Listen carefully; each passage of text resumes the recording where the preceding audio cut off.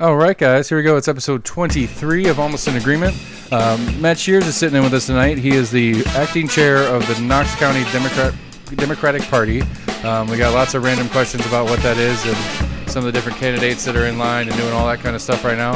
And then we're going to try to trap him in some sort of media game like we're so smart enough to do. So that's what I got going on. It is the 15th of August in 2020. Again, Matt Shears is here, and we're going to get started. So here we go. All right, Matt, welcome to the show. Second part of that intro that I missed is that we have Jesse sitting in because AC and Max are both out of the area. So Sam, Jesse, and I are sitting here with Matt Shears, and so we're going to talk about all sorts of stuff. I always want to start like the simple one is like, what is a chair in a party do? Yeah, definitely. Well, first of all, thank you all for hosting me. Glad to be here. And I want to say a special thanks for hosting all of our different candidates that have been on, too. Something that I've always been very passionate about is local politics. National politics gets a lot of attention, but local politics is really where the rubber hits the road in regards to citizens' lives. So I appreciate you all covering that. Thank you. And so your question about what a chair does, so it's multifaceted, really. So the Knox County Democratic Party exists as the representative body of Democrats in Knox County, obviously. And so the chair of the party, what I do is I help, one, recruit candidates. I help, two, to organize the party outreach to voters. So that's like voter registration, but then also when election time comes around, making sure that we target voters in a strategic way. We help assist candidates with their campaigns. We represent the party on specific policy issues related to local politics, and then just in general, we represent Democrats in all facets of the county. And so I'm in constant dialogue with the folks that we have that are elected, and then also with our candidates as well. And so in some ways, I'm kind of the chair can kind of be seen as like the coach for Democrats in a county, to try and keep them focused, cast a vision. But then, of course, sometimes people talk about being a chair of a party like herding cats, particularly with Democrats, because it's just kind of trying to keep this whole big group of people together, focused on kind of one larger mission, which is elect Democrats. But all that to say, my main goal as chair and the main job description is to elect Democrats to public office. Okay, and so what, like, the simple assumption is that you are a Democrat yourself. Correct. And so one of the things, like, at least on the national level, that, as I understand it, is that, like, at conferences and stuff like that, there'll be votes within the party on platform, on, like, how the Democratic Party stands on issue A, B, or C. Now, for you here locally, does that come down from national, or do we here locally have our own version where it's like, this is a platform issue for Knox County, and this is where we're going to sit on it? Yeah, so the Democratic Party platform is conducted on a national level, so the DNC does that. And it's actually going on, it happened last week, and we have 4 DNC delegates from Knox County that are elected, that go to the convention that's virtual now. So that's passed down, it goes down to TNDP, Tennessee Democratic Party, and so we are chartered by the Tennessee Democratic Party. TNDP has some set platforms for state issues, and then KCDP, we don't necessarily have like a platform per se that we pass, but we do release statements on certain local issues, and we do produce a document that's produced by the Progressive Action Committee, which is kind of our policy wing of KCDP, and that kind of policy, they produce I forget the name of it, but it's basically kind of like a couple paragraphs about some hyper-local issues, and that's particularly used for campaigns. We kind of pass that along to candidates that can kind of be talking points, or maybe they're really passionate about this subject, but they don't know much about this subject. Right. Yeah. And so fill in some gaps. Yeah, fill in some gaps. But it's nothing that's very systematic or anything. That kind of comes on from the DNC down. Okay. All right. I don't know. Just that's where I got started. Anybody else got anything right off the bat? Not just yet. Jeez, they're putting all the pressure on me.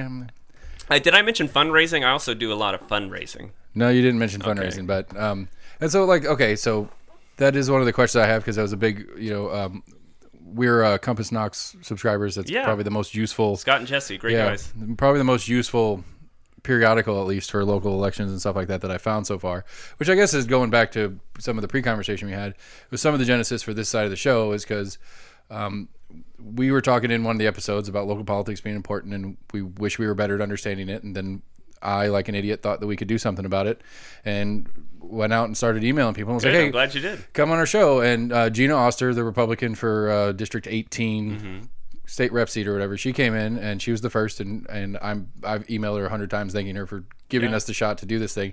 And it gets, but the genesis being that we don't know like all the different parts and pieces, and just simply don't understand how the whole system works. Yeah. And so it's like, well, if nobody else is comfortable enough in how much they don't know, then I'll be that person. And I'll be like, I don't know anything. Yeah. Explaining the whole thing to me. And so like fundraising being a big one is like, because I know there's like a mountain of rules on how much a candidate's allowed to collect from A, B, or C.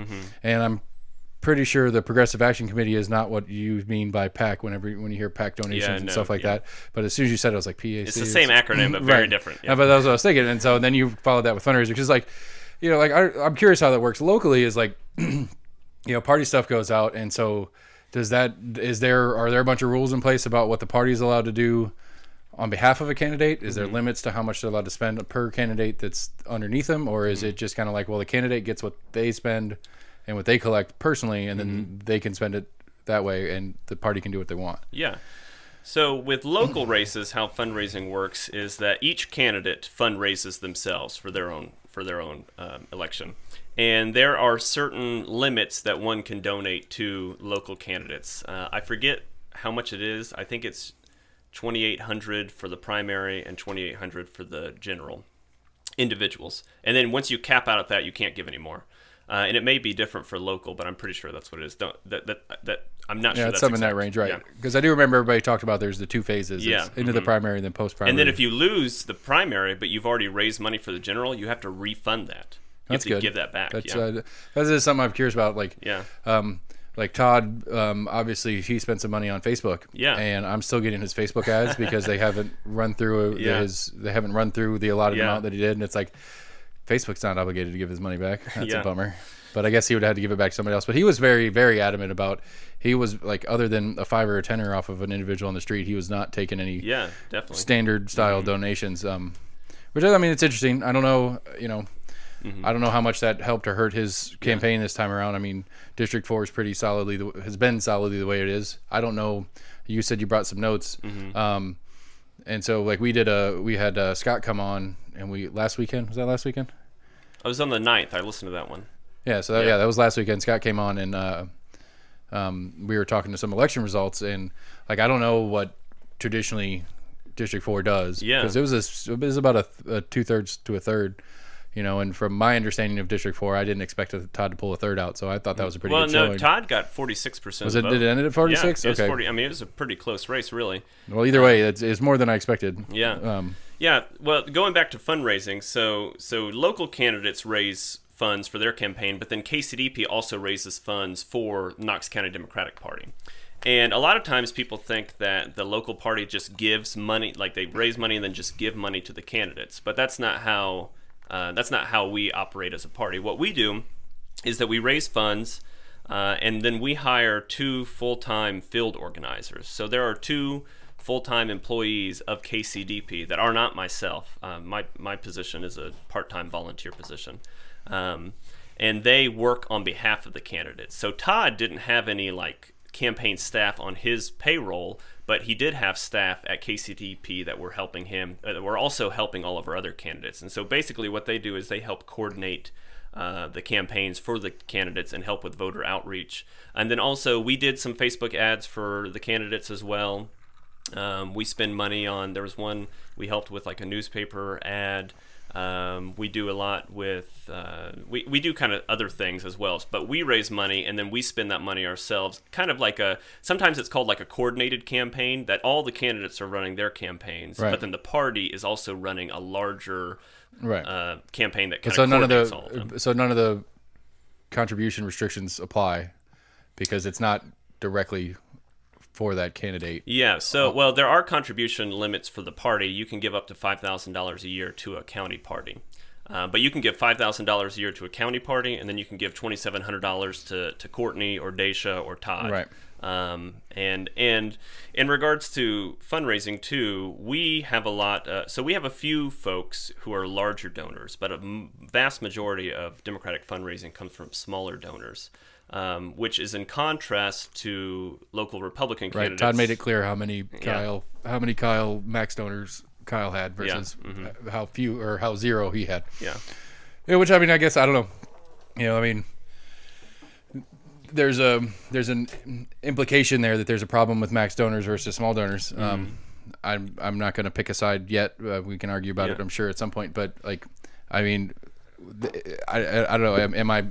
Is that an implication that the party that's the implication the party seems to stand on? That was a big Bernie thing. If we're going to jump into federal for just a second. But that was a big Bernie thing, is that he wanted, it was all small donors. He wanted small donors. He didn't want the big donors and stuff like that. And so we do have some big donors. We do have Democrats who max out. And I welcome any Democrat to come max out to the Knox County Democratic Party, $5,000 anytime. Well, if they're listening, we'll have contact information after the show, so you can do that. And I mean, it's interesting. Like, you said you listened to the show. I generally stand as a libertarian in most political arguments. I don't like the two-party system. Yeah. I don't necessarily disagree with Jesse either. He had a great post the other day about people hating on the two-party system. And it's like, well, find me a multi-party system that works better. And it's like, okay, that's a fair argument. But at the end of the day, I don't. I mean, for the local stuff, I don't feel like it's as impactful. But on the national stuff, especially, I like the full-on. As AC says a lot, his what's the phrase he always says? It's more complicated than that. No, not that one. Dark money. That is one. No, his thing is always there's a reason. There's a reason that there's the binary of right or wrong, and left or right. Yeah. And relativism. Right, and so he's that's one of his big things, and it's a value stance. And then I get to joke as a libertarian. It's like, well, I'm wrong to both. Yeah. And they're both wrong to me, but not really. I mean, the issue is like there's parts and pieces that I don't have issue with. There's parts of I don't know what the current standard platform is for the national party or even the local parties as far as they go. Just like there's the classic generalities that I operate under, and I think most people probably do. It's like it's more about social issues, it's more about financial issues, those kind of really, really basic breakdowns, and it is more complicated. And so like the problem I have is like one of the biggest issues I have, especially looking back at the August 6th election, is that I would have liked to, like, I very much wanted to vote. I mean, it didn't matter. I was voting in the Todd Kyle race because that was a general. But I very much had interest in the Gina Oster, Eddie Manis race. But I also had very much interest in the Sam Brown, the Jane George race. Yeah. And because of the system and the two-party system and the way it sits, I had to pick which primary I cared about more on which one I got to vote for. And I took the Republican ballot partially for the Eddie Gina side of it, but then I also had a lot more interest in what was going on in the federal Senate seat with the Manny Sethi and the Haggertys and all them, all 20-something or whatever it was total on that thing. All their TV ads. Right, I had more interest in trying to put input on that side of it than this. I think there was 6 on the Democratic side of that one. Yeah. And I didn't have a lot on them, and especially with being Tennessee and the way Tennessee rolls and stuff like that, I feel like it's more likely that it's probably going to be Haggerty. As much as we can complain about that, it's not the point.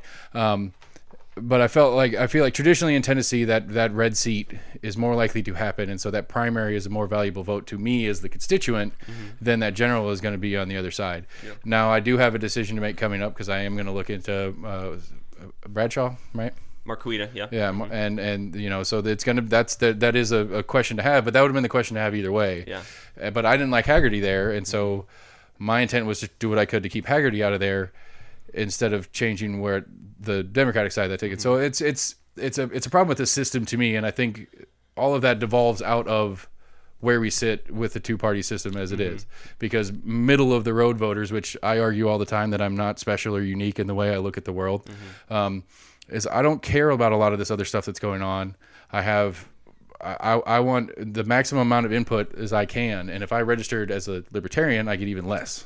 Yeah. And so that's one of my issues. I mean, there's not a question in there. It's just that's one of my rants. Yeah. Well, in Tennessee, it's really interesting because you can pick the primary Right. every single time. I'm from North Carolina, where you register with a party. Right. And so if you register as a Democrat, you have to vote in the Democratic primary. If you register as a Republican, you have to vote in the Republican primary.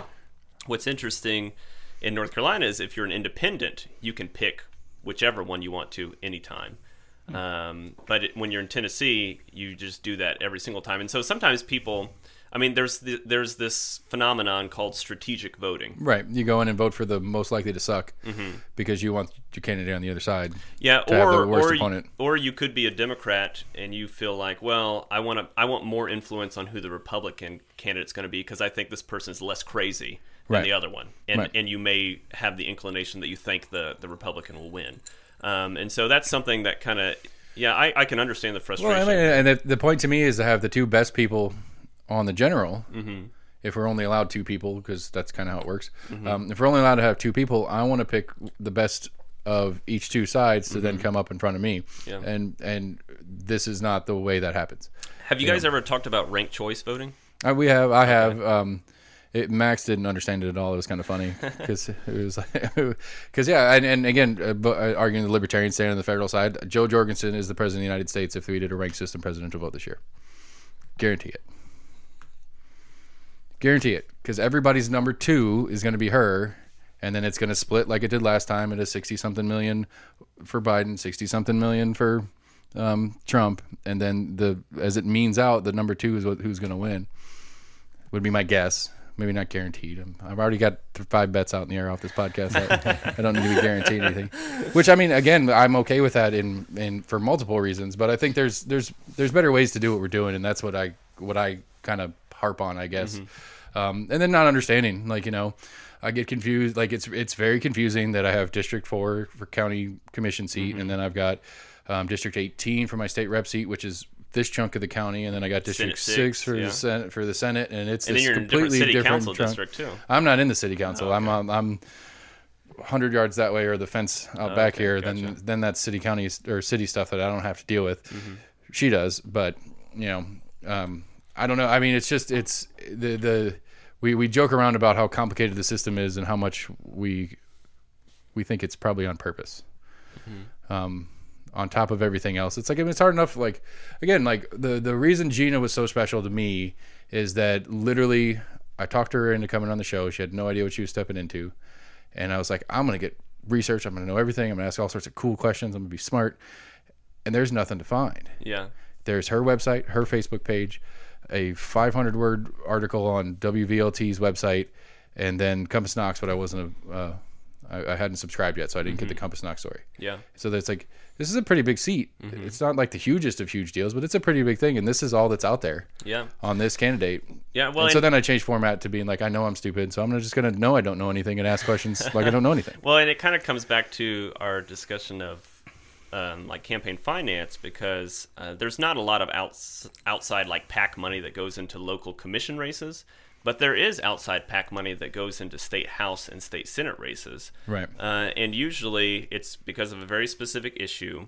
And they like not being Republican enough for Eddie Vance. Yeah. I got some of that and PAC one. They target like they tend to target like low information voters, and they're just trying to get them riled up about one issue. Right. And then they go out and vote for that. But the people that are paying for this have a very much larger agenda. But it's going into the state House race that then just kind of trickles on. Excuse me. Yeah, I mean, that's because we get like I said, I was joking, but literally the day before Eddie came on the show, I got the mailer that was like, he's not really a Republican. Oh, yeah. Well, and there's larger PACs that have sent out pro Eddie mailers too, like Pro Voucher organization. There's the Betsy DeVos organization.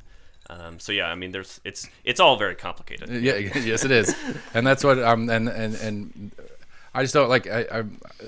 As we haven't been at this long, but we've met a lot of people and talked to a lot of people, and it gets even more complicated the deeper I get into it. And yeah, it's just well, and in some ways, I do think that, like you said, that can be by design, and it also, like, there are certain states that are in the pattern or habit of voting, and there are other states that aren't. Right. And Tennessee is one that's not. Right. Our voter percentage, I think in 2016, our voter percentage was around 46% in the November presidential election. Right.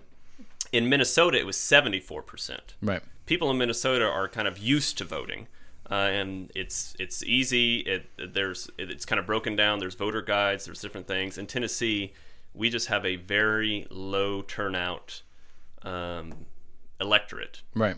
But I mean, okay, I would, and we've talked about it. I would assume that a good chunk of that is that nothing really seems to change here, and that's part of it because we don't vote. But then I think that's also the origin of the lack of motivation to vote. It's like it's reciprocal, right? Because I joked about it, like I was not a Hillary Clinton fan, and I'm not a Trump fan either. But like if Gary Johnson wasn't there, and he's a sucky libertarian, but if Gary Johnson wasn't there, I was probably voting for Trump. And part of the reason that I felt okay for voting for Gary Johnson, as much as, because it was an anti-vote for me, I guess. But part of the reason I kind of liked Gary Johnson in the situation is I knew Trump was going to win Tennessee anyway. So it's like, well, I can quote throw away this vote and try to enact a longer term change and getting enough percentage for the third party, so the third party's automatically on ballots, gets invited to debates and all the other different stuff that goes along with a minimum percentage of total votes or whatever. And so like my motivation was more there because I had the protection, air quotes, of my second choice winning my state already anyway, as far as electoral college and stuff went. That's then, but I'm just saying like that.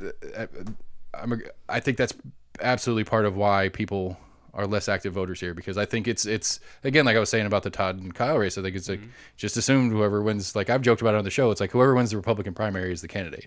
But Todd won 46% of the vote, which is fantastic, and only 25% of the district voted. So just imagine if 1% more of the whole electorate voted, right? And just that 1% the district's like more, 50,000, yeah. I mean, I agree. I'm just saying, like I think that the people are so used to it just being like, well, the red guy's going to win anyway, Which is to our advantage, because if Democrats are working behind the scenes, and we can snatch one here, snatch one there when the Republicans aren't looking. Yeah. If that's the way the game plays, I guess. I mean, that's it, and that's really what it comes down to, is that there's absolutely a game to this thing, and it's a pretty high consequence game when it comes down to what actually ends up happening on the other side. And we did flip a seat, District 2, Courtney, which you all had on your show. See, but I told Scott and I told Jesse this, and they're here too. At least on the just the sniff test, for lack of a better word, and talking to both of them, and they were back to back. I had him in house, and then I had her over Zoom like an hour and a half later.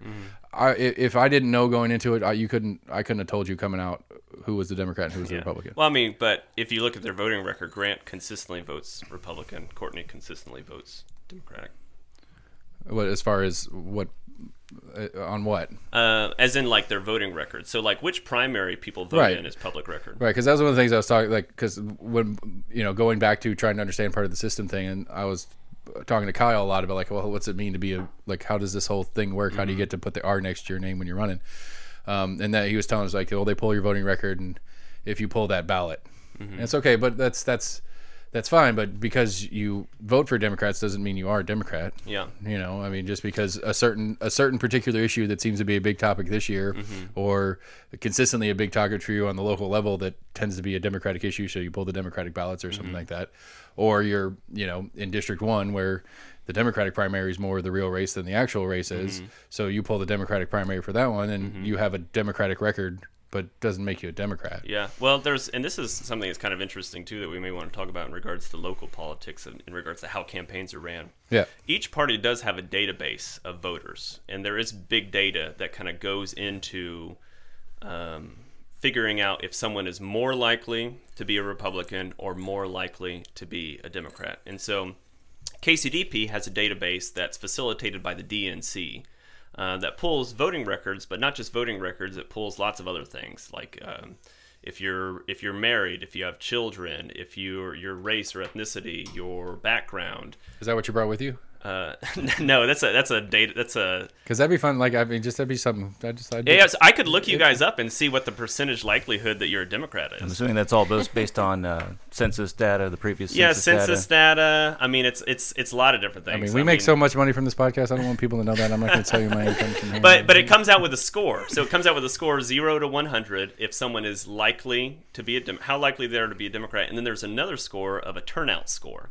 How likely this person is to turn out for an election. And that's how you run campaigns. You target the people who are likely to vote for you, who are most likely to come out. And so that's like when you guys got a mailer, you got a mailer because they determined you were likely to vote in the Republican primary and you were likely to come out and vote. If you never voted, you wouldn't get any of the mailing. And also, so sometimes people are upset, like people call them, like, hey, you should come out. Did you get any calls or texts from Haggerty or something? Who did I get? I got a text from somebody that was the Tuesday of election week. Oh, really? It's like, it's election day. I was like, no, it's not. That's funny. But sometimes people are annoyed, like, stop calling me, stop calling me. Well, if you go and early vote, that data is uploaded that day. It goes into the system, and then they'll stop calling you. So if you early vote the first day, campaigns, if they're good campaigns using good data, they'll stop calling you, texting you. You won't get any more mailings. So it's not vote early for the convenience of voting early. It's vote early for the convenience of not being bothered for the rest of the rest of the cycle. Yeah. If you happen to be on the list. So when's early That's what I voting? would say. Like the past 15, 20 years, I've never really gotten mailers. And the only way I know there's an election going on is if I drive around and I see campaign signs everywhere. I'm like, oh, it must be voting soon. Mm-hmm. And so both parties have a database like that. I don't know how good the Republicans' database is. I've never seen it. But our database has pretty good data. And is it not public record? I mean, it comes out of public record, but it's I mean, maintained. certain parts of it come out of public record. So, like voting records come out of public record, but all the other stuff that goes into it is just kind of data from other aspects of the world. Goddamn Facebook. Data mining. Goddamn Facebook. Oh yeah, Facebook. Yeah, for sure. I mean, when you do targeted Facebook ads for campaigns, you can target liberal people or conservative people. Well, like, so if we're counting this as a job, I have 3. And the business that I own that Sam works for, and then Max is my partner there. We are in the quote tobacco business. We run a vape shop and all that kind of stuff. I'm from North Carolina. I'm from a family of tobacco farmers. Okay, cool. Yeah. So we're when we first got going, I tried to run ads on Facebook, and they let us for a minute, and then they figured out that tobacco is not allowed to be advertised and blah blah blah. And so we got cut off. And so since I'm associated with the Facebook page for the show, they won't let me run ads. Wow. And I've been trying, like, I've been wanting to run ads because in the history of it and the targeting ability and how detailed you can get on it, it's like, well, I don't want any 15-year-olds because their politics don't matter, especially if we're trying to get people out to vote and stuff like that. So I think naturally for the style of show we do in politics, we're pushing towards a younger demographic. Like, I had to explain to my dad how to get a podcast on his Apple phone so that he could listen to the podcast because my dad's a vet and he went on Honor Air, and when Eddie was in here I took a second to thank him for putting that together because my dad really enjoyed it and stuff like that, and I wanted my dad to hear that, and then so I had to explain how. So I'm not targeting old people, sorry Dad, with Facebook ads. And so like I remember doing all that stuff, but it will not let us because I'm associated with this account, and since it's me, it's associated with an account that's not allowed to advertise. So all that targeting stuff is pretty. Yeah, you can hone it in, and it's per click or per action, and you get your bang for your buck out of it. Yeah, and I mean nowadays a lot of campaigning is data oriented. Yeah, and actually that's some of the stats I brought, particularly for District 4, if you're interested. You bet. This is the 4th time you brought it up. I feel like we have to let you get these stats. Well, I'm just curious if we're a state of defeated Democrats. Like what's the difference between the percentage of people that are likely to vote Democrat and then those who are likely to vote Democrat and actually go out to vote? Like, is there a large discrepancy between those? It just depends every cycle, because every cycle there's new voters, there's voters who die, and so it just kind of depends. If you're in Chicago, they still vote, right? So I hear. I don't know. So in District 4, when we target voters, we have 2 targets. One is called Super Dems. Kind of like sounds like a superhero. These are Democratic voters who basically come out to every election almost. Like if there's an election, they're going to come out. So you don't spend any money on them because you don't need to. We contact a few of them because if there's any that kind of didn't show out last time or something like that. And then the second group is called Regular Dems. These are Democrats who are Democrats, but they kind of like, oh, there's an election today, I think I'll go vote, or they kind of they see signs or something. And so for the super Dems, 92% of the super Dems that we contacted came out and voted in District 4. Okay. And for regular Dems, 55% of those that we contacted came out and voted for in District 4. And so all those stats are through the public record. They're not for. It's not like an exit poll. It's not like you called them afterwards and said, "Did you go vote like you said you were?" Well, no. How it works is we when you build a campaign, you target these specific voters, and then you can tell if they go and vote or not. So if they vote is public record, as well. So it's kind of public record, but you couldn't figure it out unless you knew the voters that we were trying to contact. Right, but I'm just saying, but it's not an exit poll. I mean, it's not an exit poll. Yeah, it's not them going in and voting whatever they voted for and then telling you what you want to hear, so you'll quit calling them. Mm-hmm. It's okay. That's what I was curious about on that one. So 92%. That. So what do we have against? Is that up or down from last time? Do we know that part? That's good. That's good. And actually, what we're finding is that more and more Democrats are voting, and just the infrastructure of the party is working more and more too. So, District 4 saw a 4% or a 4-point increase from 2016 to 2020. So, the guy the person who's the Democrat before Todd who ran got 42% of the vote. Todd got 46% of the vote. Right. Last time, the Democrat that ran in Courtney's seat lost by 70 votes. This time, Courtney won by 700 votes. And even in District 5, which is Farragut. But she won by 7, but Courtney was, I don't understand what that means. So in 2016, the Democrat lost by 70 votes. Right, but in the primary, Courtney's not running against anybody. No, in the general, Courtney won against Grant by 700 okay, sorry. votes. I was thinking Virginia Couch. No. I'm mixing people up. Okay. And then in District 5, even in District 5, which we lost, we only got 33% of the vote. Last time in 2016, we got 24% of the vote. So that's a 9-point increase, which is a really substantial increase. And if we can increase the Democratic turnout 9 points every time, I'm happy with that. Or you could run the stat more fun and be like about 50% each time. Yeah. And then you're up to well past majority quickly. Stats are fun. Yeah. I'm sorry if we're boring people. I don't know. I could do stats all night. But anyway, all that to say that across the board, precinct by precinct and district by district, the Democratic vote percentage is growing in Knox County. Okay, so then the generic conversation point follow-up would be like, how much is that Trump's fault, realistically? I mean, it could be, realistically, because like I already like one of the like I said, I didn't want Haggerty in there anyway, but we are continuously not big fans of Marsha Blackburn. We always me either. Yeah, we always whenever her name. Were you guys Bredesen voters? I don't remember. There was a lot of alcohol between then and now. But being I lost my train of thought.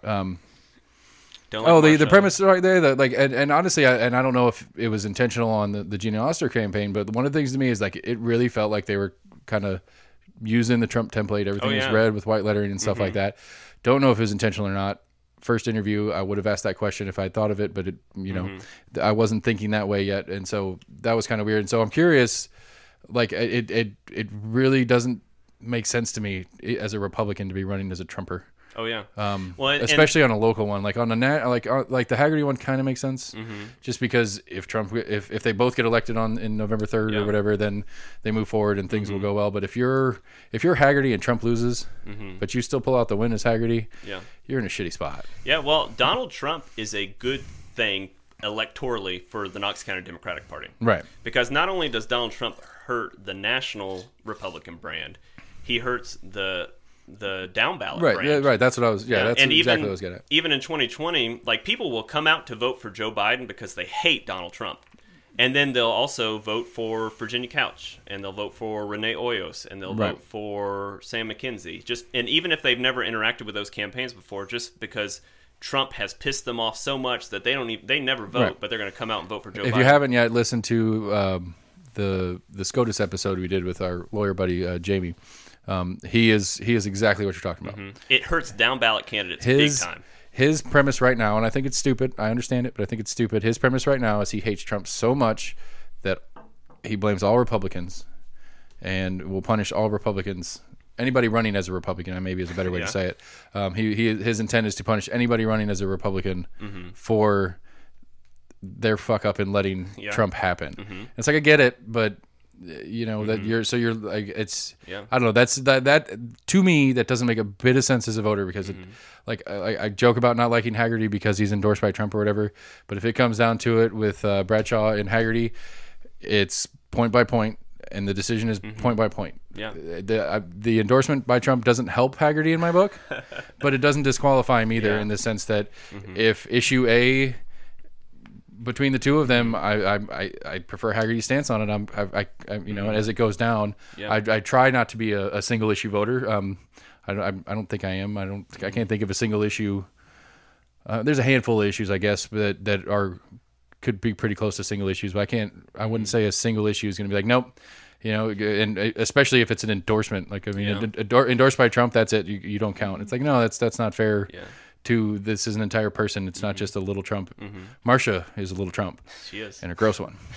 She is. Well, and I think even bigger than that is the non-active voters. He activates non-active voters. Like, you could have a Gen Z, like 19-year-old who like has never voted in their life, doesn't plan to vote, but they're pissed off at Donald Trump, and so they're like Googling, how do I go vote? Right. Otherwise, if it was just a Mitt Romney running, they wouldn't care that much. They probably wouldn't vote. But he's activating a lot of angry voters, and then that person's just going to go vote down ballot Democrat. Right. I mean, you're probably not wrong on that, and it's going to be interesting. Like I would, was Virginia kept calling it the blue wave, and it's like, is that the point? I mean, that's the point for you. That's your job. I get it. But for us as a populace, I don't know. That to me is a better, more catchy way to phrase what my lawyer friend's point is. And it's like, I don't like Trump either, but I'm not gonna vote for a Democrat just because Trump's a Republican. It doesn't make sense to me. There's got to be substance behind it. So I don't know. That's kind of how politics works. It's just like trends and movements. And it's Jesse said it a couple of times. It's the I did this last time. I was trying to think of it. It's not status quo. It's the standard. Whatever the standard is continues until it doesn't. So last time around, running as a Trump Republican was a winner. So Republicans are going to run as Trump Republicans now until they lose, and then next time they'll have to change the tack. It's kind of like a zeitgeist. It's like the political zeitgeist, the common thinking of the time, and it changes from cycle to cycle. Yeah, absolutely. I mean, I think Trump still has his base. It's shrunk, but I think he still has his fervent. Well, I think base I think the same way that as much of it is, as much as people are voting against Trump, there's plenty of people that don't like Trump that are still going to vote against Biden. I don't particularly understand the Kamala. I say Kamala. I don't understand the Kamala pick personally. It just doesn't make sense to me. You have tough on crime Biden, and then you get one of the meanest prosecutor cop ladies out there in the middle of everybody hates cops. I would say that's a bit of a misconception, but that could be a whole other episode. So. I mean, obviously she's not one or two or three different things that she's done over time, but there's some really, I can't remember the guy's name, but there's a couple of cases where, as a prosecutor, where it was like, yeah, I know the guy's innocent, but he didn't file his paperwork right, so we're not gonna let him retry it. We're gonna fight his whatever the court process is because he didn't process it correctly, not because he is or isn't whatever the crime was. And it's like that's just nasty. I don't care who you are, and I didn't mean to use that word on purpose, but I did. I did not mean to call her nasty. I'm not sexist, just because whatever. I said the thing is nasty. I didn't say she was anyway. But well, in relation to what we were talking about too about Trump and local, the best Democratic fundraiser this cycle has been Donald Trump, because people will rage donate to candidates because they hate Donald Trump. Yeah. And that includes local stuff too. Like, we have had a great fundraising year. And I think in part it's just because a lot of people are pissed off at national politics, and then that funnels down to local politics. Now with fundraising, are you able to monitor, what the county or state level Republican side is doing? Like if they're putting in more money in a certain district, do you then want to try to counter it? Yeah, well, we can, and we did in the district race. So in every district race, if there was a Republican running, they outspent and outraised our candidates. But so like Grant, I think Grant raised 3 times the money, 2 or 3 times the money that Courtney did, but Courtney won by 10% of the vote. And so money doesn't always mean you're going to win. Right. Sometimes it does mean you're going to win. It just kind of depends on how you spend that money. But you could have all the money in the world, but if the trends are working against your favor. But is it more stats you're finding out, after the fact? No, so campaign finance, you have to file every month. And you can look at that locally, you can look at it statewide, and you can look at it nationally as well. Yeah. What is the demographics in terms of, maybe this doesn't apply to fundraising because, you brought up 19-year-olds earlier, and I don't know that many 19-year-olds that aren't just completely broke. But and shouldn't vote. But who is, is there a trend in terms of who is voting, age-wise? I'd love to know, especially within the Democratic Party. Yeah. In response to the sort of Trump and the trickle-down from the national level, who is voting? Who's taking interest? I don't have any specific breakdown on age, but I can tell you that in Knox County, newer voters are, by a large percentage, voting Democratic rather than Republican. I mean, that makes sense. So just like you're saying, the rage donation and the rage vote. And that includes younger people, too. So people that just turned 18, people that just turned 19, things like that, yeah. But demographics, that would be a good question. I could look that up later and send it to you. I mean, I would like... I just like to pick a number. If you're old enough to do... If you're an adult, you're an adult, or you're not. And it drives me crazy. It just drives me crazy. Pick a number. Pick a number. If it's 21, it's 21. So... voting, smoking, drinking, taking on a ridiculous amount of debt for something you can't afford, getting married, renting a car. Yeah, going into renting a car is 25. I got married when I was 22, and I couldn't rent a car on my honeymoon. Right. I mean, getting married at 22 was a mistake too. But so you want all of it to be the. I've been married 5 years. You want all of them to be the same age? Well, why not? I mean, because they did pick a number for each of those things right, that you just brought up. Getting tried as an adult, that's a number that changes from time to time. Just pick a number and make it the same across all aspects. It doesn't make sense. Is smoking 21 or 18 now? Depends where you are. Okay. State of Tennessee, it's still 18. Believe it's going to pass. I think it's already passed, but it doesn't go into effect until January 1st. Okay. It moves to 21 in the state. So you guys are in the tobacco business. Do you own a shop? Yeah. Okay. Cool. Nice. They don't pay us to advertise on here, so we don't advertise for them. Okay, don't do it. But and that's something we've had issue with. I had a customer call and screaming at me because her 18-year-old is buying from us. It's like, well, it's legal, ma'am. Mm-hmm. She's like, no, it's not. And I was like, yes, it is. I'm sorry, but it's the same premise. It's like he's 18. Yeah. He's literally 18. You have zero legal control over this person anymore. You can play if he wants to live in my house, he has to play by my rules. Mm-hmm. Okay, I have no problem with that, and that's got nothing to do with me. But I'm not going to enforce your house rules in my business. That's not. I mean, this is not going to work. And so, that's what frustrates me about it. It's like, let's pick a number, and if it's 18 for your mom and dad's insurance, whatever it is, all the whole list. Now the rental car thing, and the Libertarian will jump in on the rental car thing because I don't get whatever enterprise wants to pick the number at. That's their business, as far as I'm concerned. I'm sure it's insurance related, right? I don't know if that's a legal thing or if it's an insurance thing, which still, it's the insurance company's business. Mm-hmm. But because I tried to go through a major, I think Hertz at the time. I was 23 or 24. It was in a year or two of being 25. Yeah, I could still rent, but there was an extra $50 or $25 fee per day. Okay, yeah. I guess for their risk or whatever for it. Yeah. Of me not being 25, there was an added insurance. I was like, yeah, no, whatever. I think I actually called Enterprise. I was like, do you guys have this bullshit? They're like, no. I was like, all right, I'll be there in a minute. Sign me up. Yeah. I'll be there in a few minutes. Well, I was going to say, too, I had mentioned earlier, so I come from 7 generations of tobacco farmers. My great-grandpa was the last one to do it full-time, but I'm actually the first person in my family not to work in the tobacco fields. My mom did growing up. Her mom did. Her grandpa did. And so, yeah, North Carolina is a big tobacco place. And also 7-generation tobacco farmers, 7-generation Democrats. There's a joke there. I'm trying to piece it together. So you broke on one side, but not on the other. Yeah, I'm not a tobacco farmer, but I'm still a Democrat. Yeah. Keeping some of the family tradition alive. I mean, it's probably not a fun business to be in anymore. I mean, no, not really. There's not a lot of money to be made, and you're a bad guy automatically. But so with all the stink going on with mail-in voting, what are Tennessee's laws currently? Yeah, so Tennessee previously, you had to meet certain requirements to do absentee mail-in voting. And one of those was over the age of 60. One of those was not like have some sort of chronic disease or something like that. There were a couple of them. Mm-hmm. There were some folks who sued, and there was a judge in Nashville that changed that and said that if you can request an absentee ballot if you fear contracting COVID-19. So we had a huge increase in Tennessee in absentee voters. In Knox County, I think 12,000 people request an absentee ballot. In the August election, it's normally 700. So normally 700 people get absentee ballot.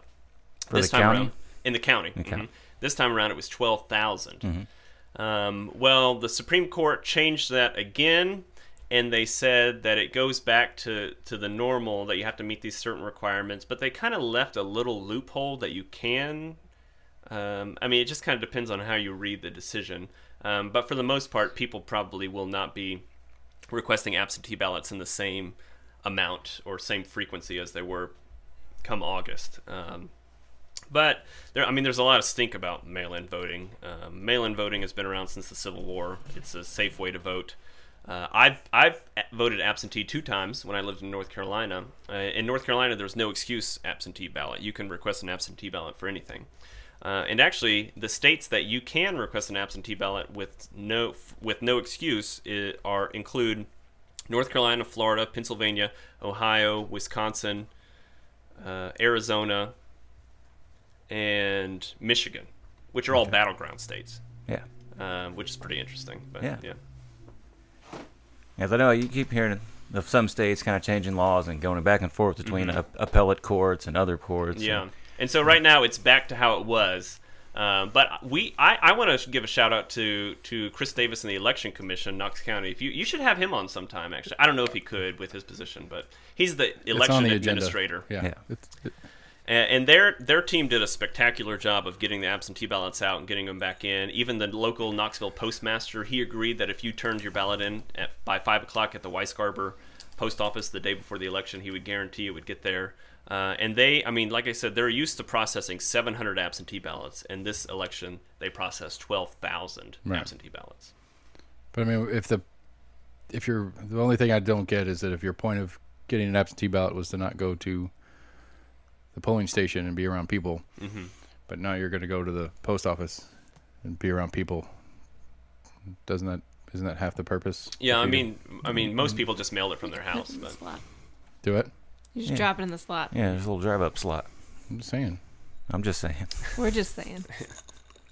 You don't have to go inside if you don't want to. I had zero It's usually issues. a longer wait if you do go inside. You're correct. Just saying. I'm just saying. That's why they have those boxes outside. All right. But like I said, I voted 2 times absentee when I lived in North Carolina, and it was fun. I liked it. Got it in the mail, filled it out, mailed it back. Good time. Had by all. So then the question is, if you mail in ballot early, do they stop calling you? I don't think you can tell if someone returned their. You can't. No, I do know this. You don't know if someone's returned their ballot until early voting ends, because then they're processing them. Yeah, because then folks can request a list of people who haven't returned them yet. So yeah. So if you request a mail in and you don't mail it in, could you still go vote in person?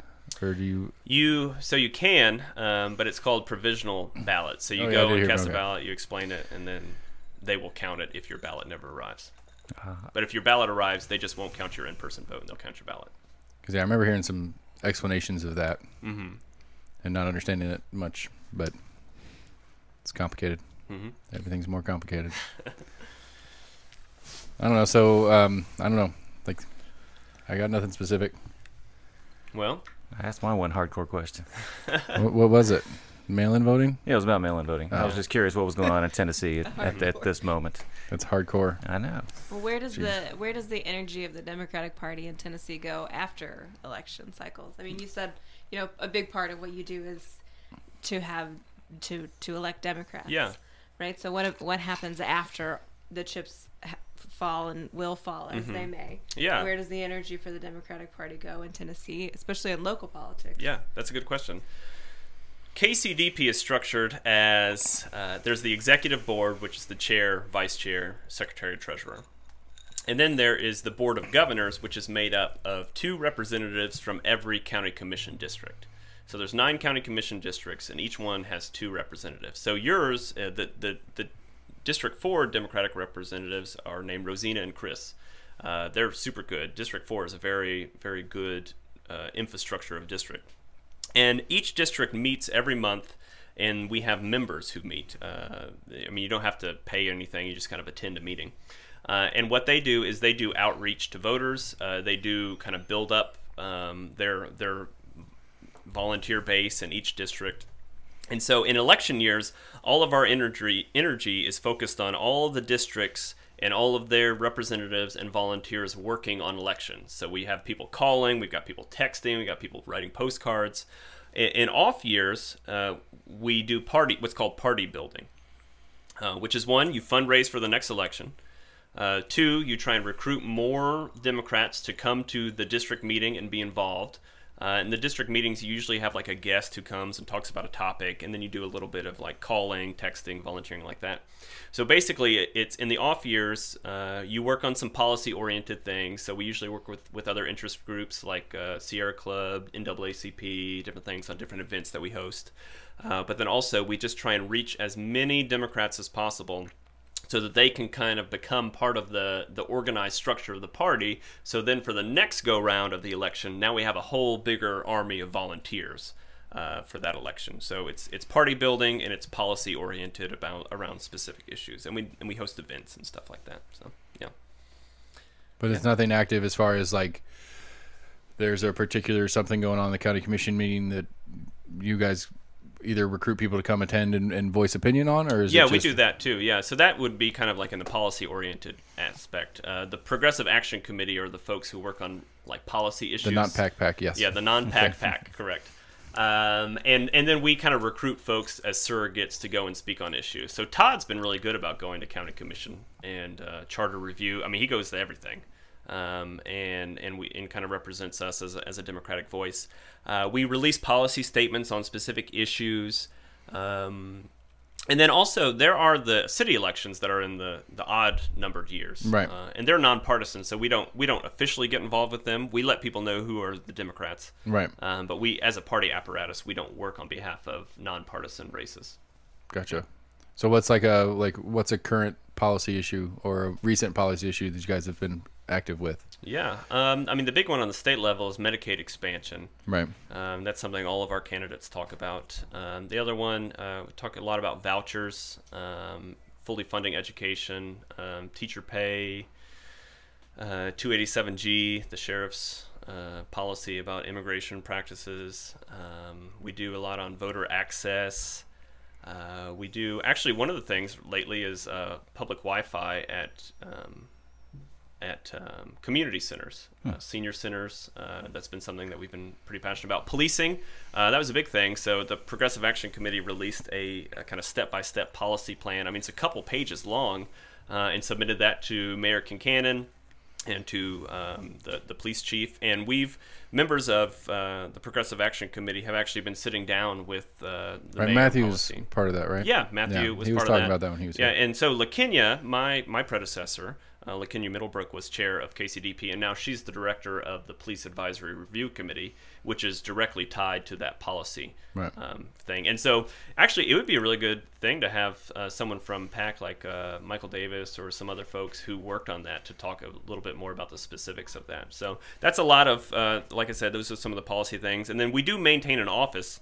You all should come down to our office sometime. 311 Morgan Street, downtown. I'll show you around. Okay. We have a lot of really cool, like, old Tennessee Democratic memorabilia. We've got a signed, autographed Al Gore Jr. for Senate 1984 poster on the wall. Oh, wow. Yeah, we got cardboard stand-up of Hillary Clinton and LBJ, Franklin Roosevelt, Barack Obama, Joe Biden.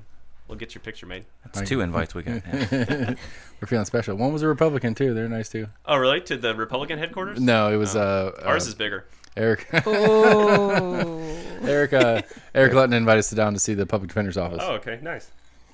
I'd like to see that. When you guys go, can I come? Yeah, I'll let you know. I'd go to that. It seems. I mean, I think that's the coolest thing that Knox County is doing. Yeah, we were surprised they weren't in the city county building. They were like, no, we're totally separate from it. Mm-hmm. Yeah, it was. But like the whole premise of what that office does, as far as what I mean, just all the other stuff they do, other than just straight up legal for all their clients, I think it's a pretty fantastic thing. And I've encouraged everybody I've talked to. It's like if you don't know about it, you need to learn more about it. Yeah, and I mean, really setting the pace for the rest of the state. And when budget conversations come up, that's an office that you need to do what you can for. Mm-hmm. Even though it's kind of weird, like it's one of those things I don't like, especially when it gets to I think this is one of the issues that I have, at least, is trying to get more focused on what goes on locally. Budget gets really weird to keep track of. Yeah, it does. Because you got like that public defender's office. He's like, it's $300K a year budget, and it's like, damn, that's pretty cheap. And you got 50 something lawyers working there. Wait, there's only $300,000 of county money. Oh, okay.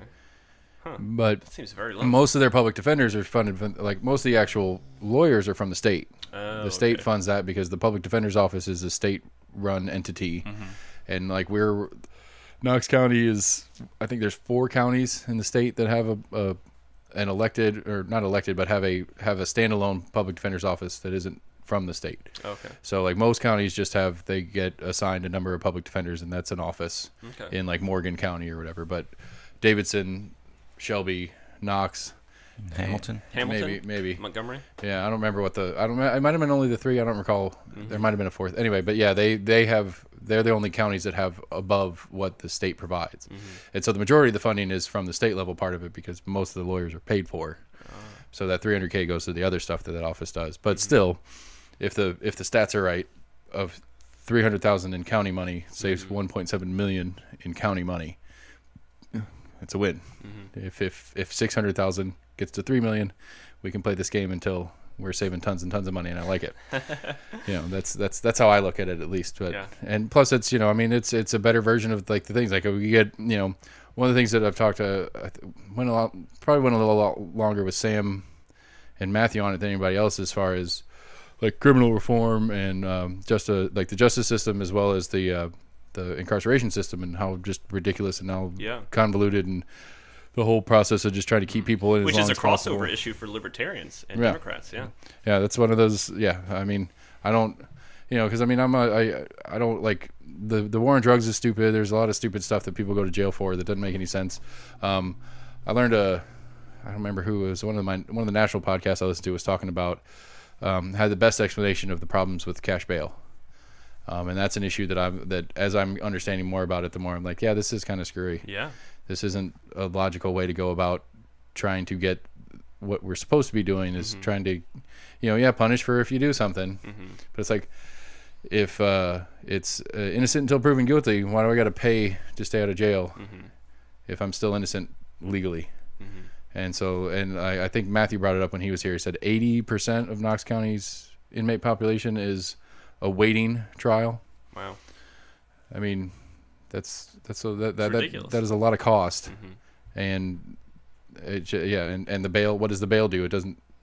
It's not offsetting that cost. It's just new cost, and so like, there's some problems with that one that I'd like to have some more conversation about. Like, Eric was really cool though. He's like, he wants to come back and have a broader conversation with some other people about issues like that. Yeah, that'd be great. Which I would be down with. And again, I don't know how much his office has control over.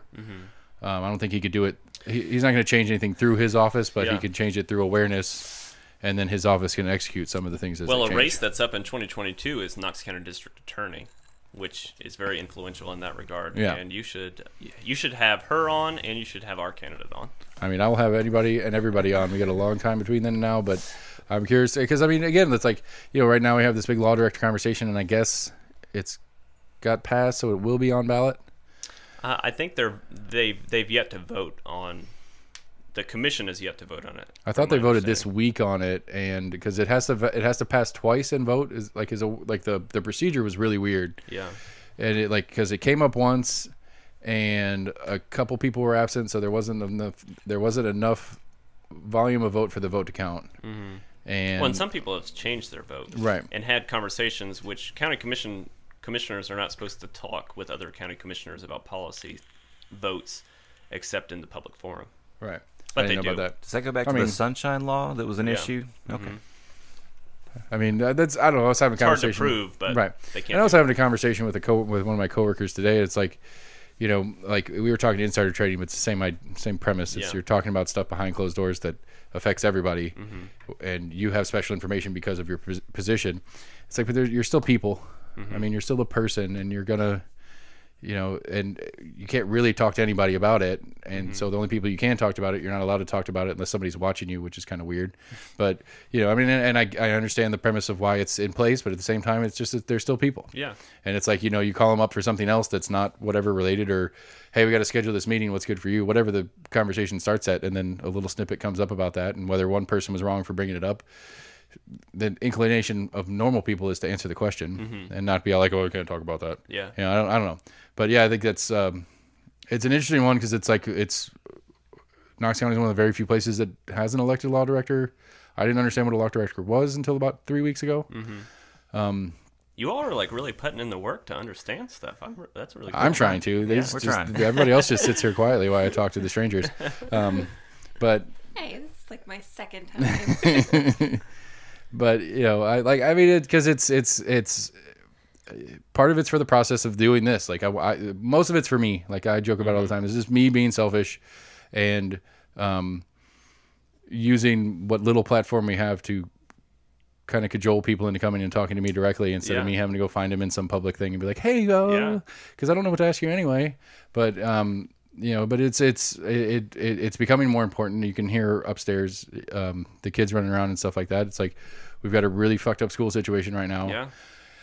And even before we had a really fucked up school situation, and you know, and there's long terms that are happening, and then like, you know, I have a business, and the actions of my business and all the city, state, county, federal stuff that I have to deal with in my business, it's becoming more of an issue for me to keep track of that kind of stuff, and the people that can help me fix that stuff. And then again, as the continually arguing libertarian, I don't hate, like locally, I don't see on a local level.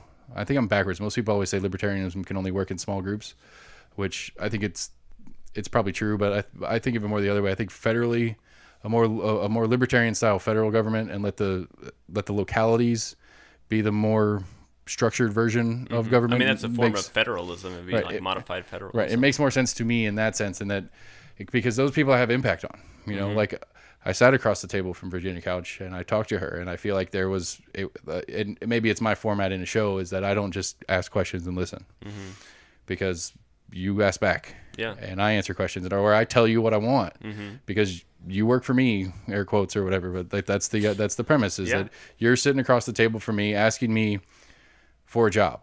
That's the easiest. It's an interview. Yeah, and so that's the way I look at it. And so when a particular topic comes up organically because I don't prepare, and I put my view on that, and this is what I want you to do when this situation comes up, and whether that's what you want to do or not, that's fine. I want you to answer how you actually feel about it, but then that's what's informing my decision instead of it being like bullet point, because those bullet points are going to miss the nuance of a specific thing that I have an issue with. And, you know, and obviously the nuance is going to come up in all these other things too, and trying to keep track of all of them and trying to make a full bullet point list can't happen. Yeah. But at least getting a feel for, oh, this is something they didn't think about, and I can watch them across the table think about it. Yeah. Yeah. And the watching them think about it is more valuable than a bullet point to me, because I can see them going, okay, well, maybe, okay, I see this part there, and okay, that there's a thought process too, instead of it's a party-handed answer or anything else, that they're putting thought into a situation, and I have influence on that, where there's, even if I can pull off getting Haggerty in here, it doesn't matter. It doesn't matter how well I pull off the situation, fancy up this room and all that stuff. I don't matter to him. No. And that's fine. I get it. But he shouldn't matter to me either. And that's where I kind of stand on it. It's like you should have very little impact, you know. Keep the people that don't need to come. I didn't mean to make that an immigration thing. Keep the people that are coming here to try to kill me out, and make it easy for me to go visit family in Colorado. Other than that, just stay in D.C. and shut up. That's kind of my stance on it. The complexities of policy are not conducive to the modern contemporary political rhetoric of how we I mean, basically political rhetoric now is you make some fancy looking ad that boils this very complex issue down to this one talking point, like sure build the wall. If it can fit in a tweet, that's how you got to squeeze it in. Hot button topics. Yeah, and I think that I really believe that the saving grace of American democracy will come from local politics and local government. Because if you look at the federal government is completely, frankly, in a shit show right now. I would argue that right now is not it's much less current than that. Well, from my perspective, it's incompetent right now. But it's been that way. Some would say, but I would say I would say I just said. But if you look at city governments and county governments around the country, the most innovative policy-oriented decisions and the most innovative government programs are coming from a local level, not a national level, not a federal level. And again, the libertarian argument on that is that it can't function. Even if it's a great policy thing that's put into place, it can function on that smaller level. But once it gets inflated into like the really lazy example is going to be like the CARES Act. I hate the CARES Act. I think it's the dumbest thing, one of the dumbest things ever. Maybe not the dumbest thing ever, but there are certain localities where that makes sense. $600 a week extra in unemployment because the cost of living there and all the XYZ. Here, that's a lot of money. New York, that ain't shit. And so a centralized government, a central authority on an issue like that doesn't make sense.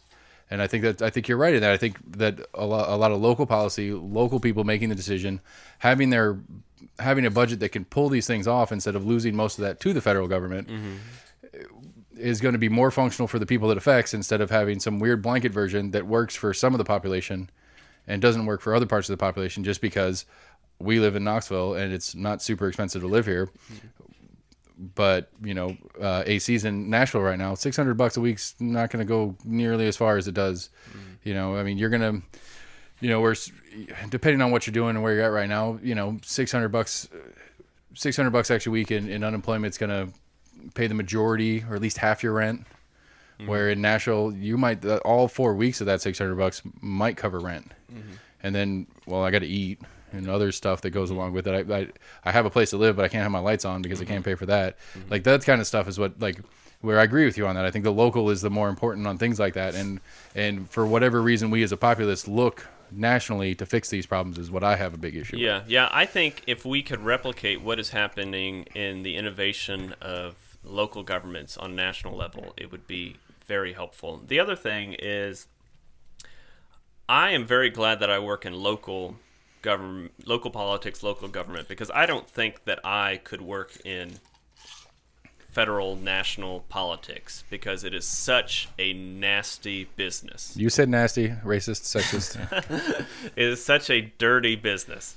But on the local level, you've seen the people that come in here, the people that you interview. I mean, Todd is just a regular guy. Eric Lutton is just kind of a regular guy. I mean, the people that are running for local office are generally, I'll say this generally, because it's not true all the time, are people who legitimately just want to do something better for their community. Right. And I would even say that to some of my Republican colleagues. Carson Daly, District 9, used to be my county commissioner. He's just, he and I have a lot of policy disagreements, but he's just a guy who cares about his community, who's trying to help it. I mean, that's what Courtney is, that's who Daisha is, that's who Todd was, that's who Kimberly is. But there's something about the dynamics that play on a national and federal level that make it a dirty, negative game. I saw you trying not to say nasty again. I saw it. And all politics is a game. In some ways, it's a data game. It's you gotta get your opponent like this. It's like a boxing match. It's kind of thrilling sometimes. I like that aspect of it. But national politics is a whole new level of that, and it's in many ways I think it's toxic. And the more it impacts local politics, the more I think that's toxic as well. Right. Yeah. And I mean, I think that's something that if we're going to, get in the crystal ball and things that I would like to see in the future or whatever, I would like to see I mean, I certainly like to see the federal tax rate go down, but I'd like to see the impact of that toxic thing. I don't think is going to change. I think it's going to stay and it's going to do that. It's going to get worse. But at least shrink its impact. Let it be gross, but let it be less effective or less infection. I don't know what the word Look is. Look at the GOP Tennessee primary. That was so toxic. Right. And it was like a civil war. I would scroll through Facebook and I would see a Hagerty ad. And there would be people from this. There would be a Sethi supporter said, "I can't support Hagerty. His staff has connections to the Muslim Brotherhood." It's like, what? Right. And then someone else would comment and say, "I can't support Sethi. He's a George Soros funded liberal." And I was thinking, like, where in the world are these people getting this from? Right. And these are Republicans talking to Republicans. Right. Right. And and then it gets a step worse when it gets to now it's Republican against Democrat. Oh, then it's going to get worse. Right. Yeah. Yeah. I mean, I don't know how much Bradshaw's got prepped and made sure all the skeletons are clear if they're not already. But I mean, it's going to get nasty fast. And I don't know how much the DNC is going to play their game on her back to help her out. Yeah. And they're going to play the same game. Yeah. And then it becomes a war of buzzwords. It's just like this buzzword versus that buzzword. I mean, Marsha Blackburn said on loudspeaker on repeat that Phil Bredesen is a Marxist socialist. Phil Bredesen is not a Marxist socialist. Phil Bredesen was a conservative Democrat who was governor of Tennessee. Right. But he's a Democrat, so he's a Marxist socialist. Right. And it goes back to... Yeah, I mean, people hear I'm the chair of the Democratic Party, and they're like, oh my God, he's a Marxist. He wants to destroy this country. And I'm like, oh, it's like I'm just a regular person.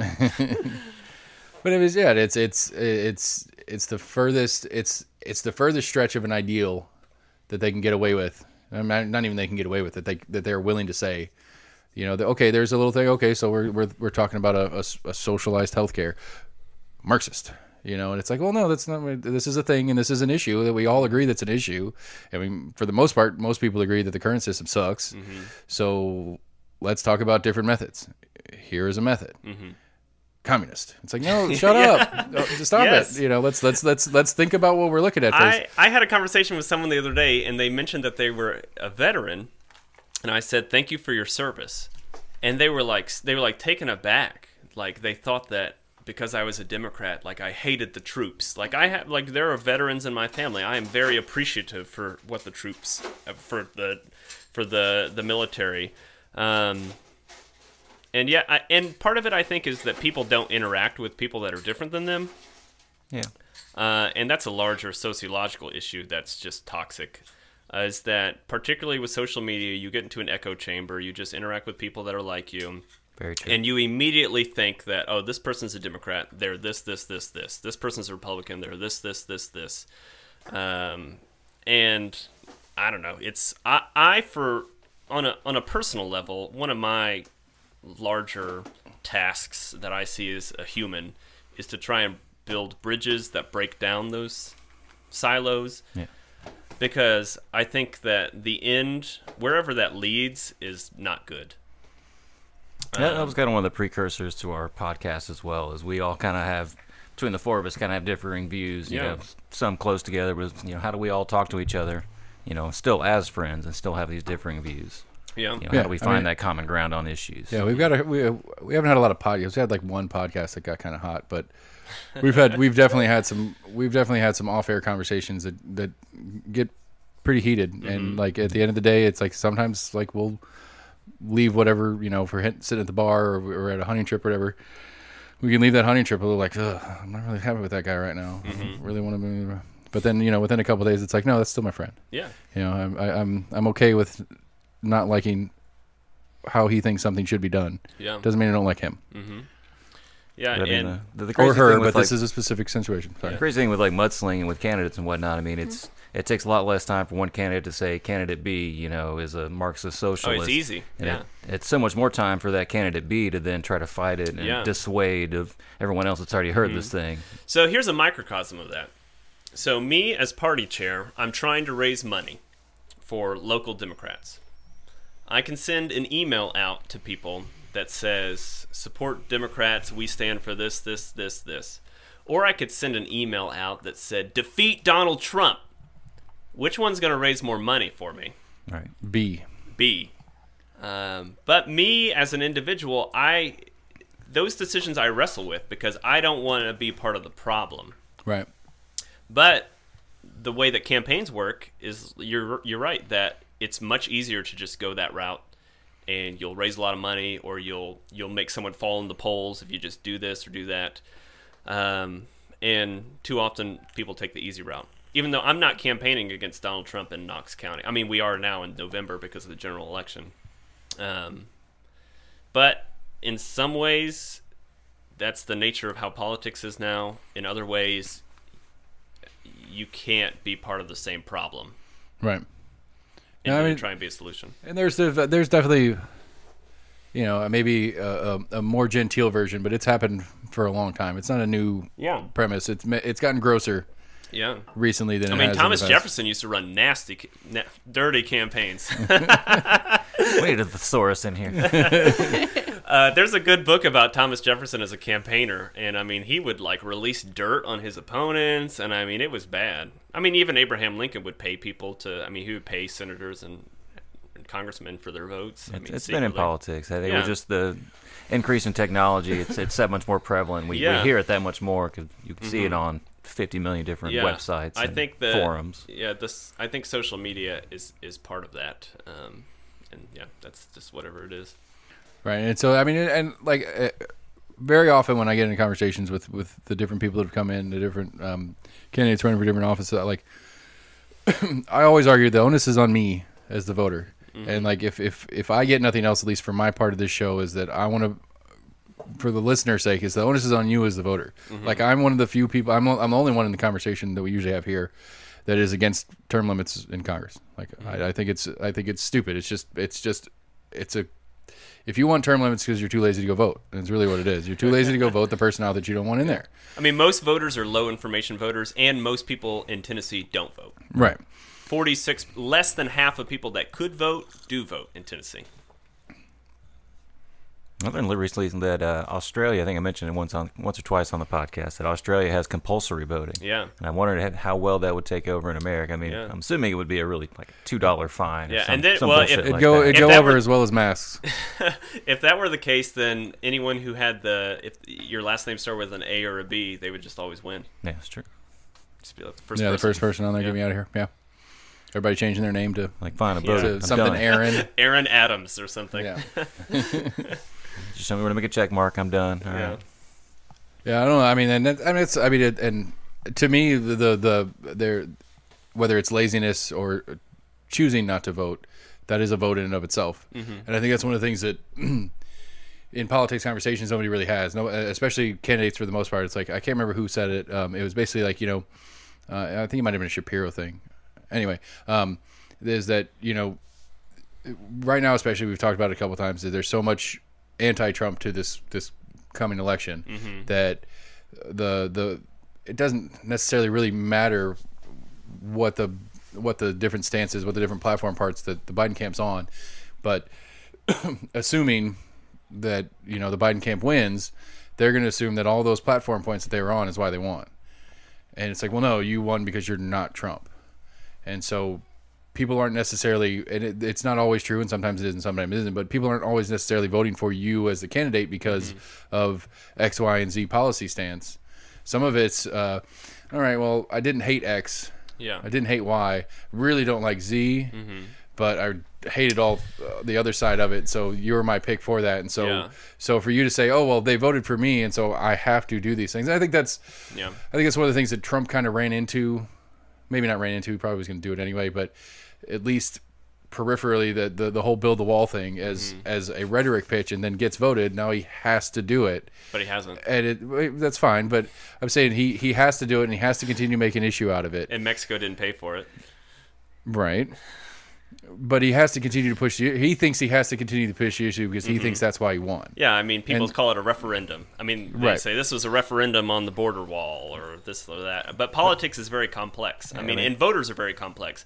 I have someone, a a distant relative of mine in North Carolina that shares the Confederate flag on Facebook all the time, and then they'll share "Vote for Biden," and that doesn't compute with a lot of people. Right. Or I've got a friend who shares like about being a proud member of the LGBT community, and then says "Vote for Trump." It breaks down that voters are very complex, right. and they're just trying to screw with the algorithms. yeah. Someone's wasting some money on Facebook ads for them. Yeah. The statistician's like, I don't know what they are. Well, I'm saying, like, I don't think candidates keep in mind that that some of that referendum vote is part of it. Yeah. Because I think realistically, and again, I'm not trying to talk about pro or against Trump on this part of the conversation, but I think if Trump would have gone in there and put something forth trying to build the wall thing, and then it gets shut down like it was gonna, and then just let it go because, well, this is something I said I was going to try to do, and I tried to do it, and it didn't happen. It would have been the end of it, and it wouldn't have been that big a deal. But for some reason in his head, and I don't think he is unique on this one, but for some reason, since that was one of his platform things while running, he felt he had to continue to push it. Yeah. And maybe that's part of him prepping for his reelection now, and so he can continue to push it. It's like, well, I couldn't do it because X, Y, Z. But I think you could pick an issue from you could pick an issue from Obama, you could pick an issue from Bush Jr., and then and go back and forth, and you could pick issues that they ran on that they couldn't accomplish, and instead of just being like, okay, I said I was going to try, and I tried, and it didn't happen, but the continuing to push it makes it, especially this specific one, the continuing to push it is part of the problem. Yeah. Where it could have been, okay, well, that might have not been the only reason I got voted in here. There's other stuff I can do, so let's let this one kind of fall out of the main story for a minute, and let me go focus on these other things. And again, I'm not trying to I'm just using Trump because it's an easy example, not because it's the right version of things. Because I think most candidates I would assume most candidates kind of fall into that trap on a number of issues where they're like, this is something I was really running on, this is something that I said I was going to do, and just because I won doesn't mean that's the thing that made me win. It's part of it, but it's not all of it. And so like the insistence to push an issue. I dare to say there's a lot of campaign promises that never come to fruition. Yeah, I mean, I think that's pretty common. Dare to get out on a limb on that one. Campaigning is different than governing. And sometimes I interact with candidates who love to campaign, but then governing is like, okay, I guess I got to go do this. But then other times people love to govern, but despise campaigning. Right. And I understand, because campaigning is a game. I mean, governing is a game too. Politics is a game. But campaigning is almost like, in some ways, it's like theater. In the sense of you have to play this role, and and not that you're faking people, but you're like accentuating parts of your background or this or your, and that's just how our system works. And it's worked well. I mean, semi-well for over 200 years. But politics is this like back and forth, these people they take this many yards on the field, and then the defense rushes them back, and I mean it's just a kind of back and forth. But campaigning and governing are two different things that sometimes get conflated. Right. But you campaign to your base. You have to figure out how to govern everybody. Yeah. But so that's my point. Which is is I don't. complicated. And I think a lot of people. That's my point. Is I think a lot of people are still in campaign mode, and they go into office trying to continue their campaign. The worst politicians are the ones who like campaigning. The best politicians are the ones who don't like campaigning. Right. And that's what I'm saying. I think that's one of those things that a lot of that fall into the trap. Jordan Peterson's like, it says the big thing. It's like, he usually does it referencing Democrats. It's like, you guys hate Trump supporters. I'm not saying you personally, but I don't know many people who hate Trump supporters. In the national conversations, like, you hate these Trump supporters. They're redneck, racist, bumblefuck, whatever's. But after this election, they're still your neighbors. So you can't just throw them out like, okay, well, my guy won, now those other people don't exist anymore. Okay, now the candidate that you didn't want in there, Trump, for example, he's not the president anymore, but your neighbor's still the guy that voted for Trump. And you've got to live with that. Mm-hmm. And if you spend this whole process hating that guy because he's a Trump supporter, you're still going to hate him on the other side, and especially the nastier you get in the process. Mm-hmm. And so that's one of the things that, like, I think that is missing in outlook when people start talking politics. Yeah. Is they think that there's some finite, okay, well, Biden won, now all this bullshit that was Trump thing's gone. No, it's not. No. Those people are still there. Mm-hmm. And to pretend like they're not is part of the bigger problem, I think. Mm-hmm. And And really, I think politics can either bring out the best in people or it can bring out the worst in people. And too often it brings out the worst in people.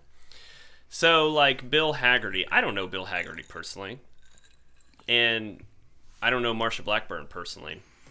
But there's either two situations. They believe everything they say, and they're running because they believe everything they say. Or two, they don't believe everything they say, but they have to say it because they got to get elected. Right, so if it's the second one, I think that's worse than the first one. Right. If you don't believe it and say it anyway, I think that's worse than actually believing terrible things. Right. So just a poke, like Kamala thinks that Joe Biden's a racist and a sexist, but is willing to be his running mate. Kamala didn't say that Joe Biden was a racist or a sexist. He was against.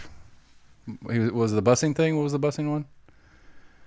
There was something brought up in the he was, and she made a big reference to all his his racist friends in Congress that he voted with and all that kind of stuff back in the 70s or whatever. Yeah.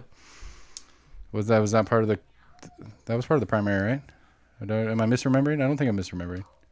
It was part of the she was pretty Democratic. It was in a debates. debate. Yeah, she mentioned in the debate. I don't think that she said, nor would she believe outright that Joe Biden was a racist or a sexist. But I can understand that. I mean, it happens. But she voted with racists, so he's what's it? But that's the act of distilling it down again, right? Like you're trying to make it smaller. Yeah, but if he's a racist adjacent. It's way more complicated than that. But I understand that happens on the Democratic side too. That people running for office will just say something to get certain people riled up, and they'll get more money from it. But they may or may not fully believe what they said. Right. That's what I was referencing. Is the second version of the person who will say it even though they don't believe it. Yeah. And I think that particularly for my Republican friends, the Republican Party was not like Trumpism. It was something different than Trumpism before Trumpism. But they've kind of hitched their wagon to Donald Trump. And now they're damned if they do, they're damned if they don't. Right. If a Republican says Donald Trump is bad, then there's a group of people that won't vote for him. Vote for them. If they say Donald Trump is great, there's another group of people that will not vote for them. And so you're damned if you do, you're damned if you don't. That's what the situation Susan Collins is in. Right. It's a situation that...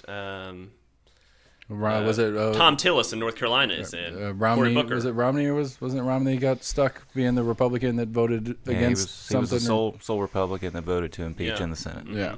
And so from a political standpoint, like I understand the situation they're in. Like they can't say anything negative about him. But again, it just kind of see, but that is in and of itself the problem. The problem is that your job is not to to say or not say what the party tells you you're supposed to say or not say.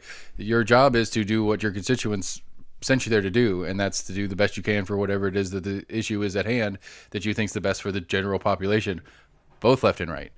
And instead we have to, there is no room. They're stuck in campaign mode versus governing mode.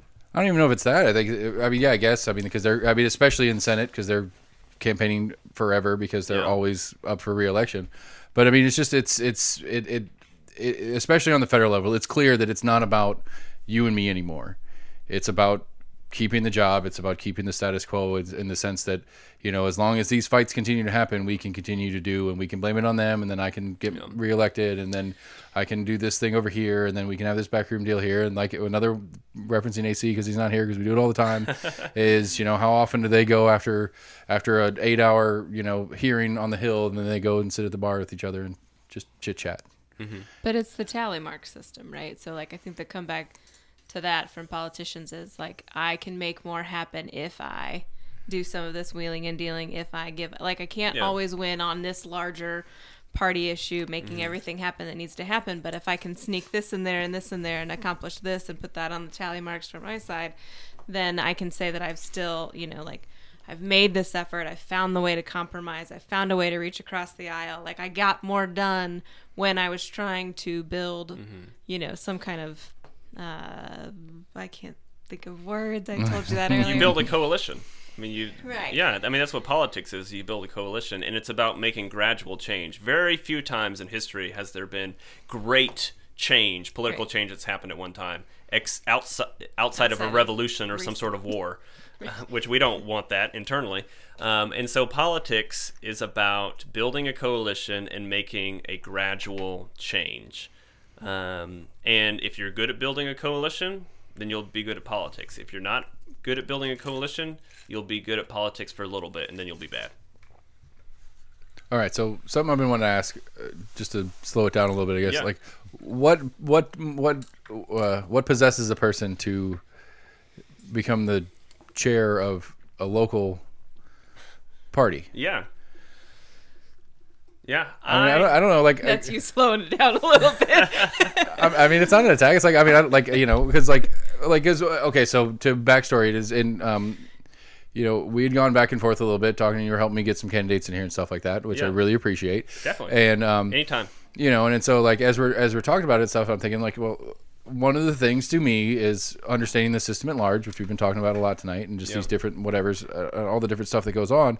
But it's like, well, what possesses a person to want to be very, very, very involved in the system, but not be one of these faces, not be one of the actual candidates, not wanting to take a position in actual leadership, because essentially, as we've talked about it, it's your intent here is to have a real impact in changes and helping things move the way you want them to move.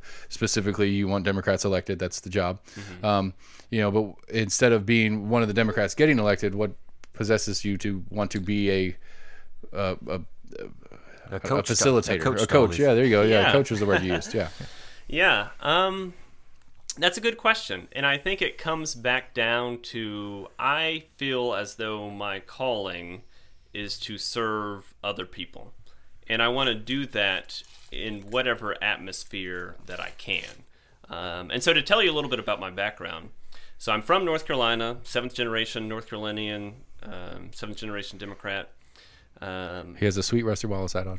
This is Bubba Wallace. Bubba Wallace, sorry. Bubba Wallace, yeah. I'm a NASCAR fan, which sometimes people are like, Democrat and a NASCAR fan. Right, that goes with your Confederate flag Bill Biden thing earlier. Same. Not mine, a relative. Yeah. Your reference to. Yeah.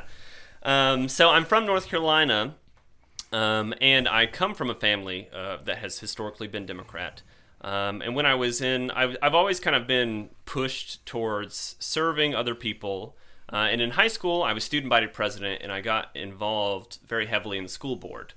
And that's where I really saw the impact of local government, that like most people don't know who the school board members are. They don't know what they do. Yeah, that's on my list. Yeah, but it really impacts your life. Particularly as a high schooler.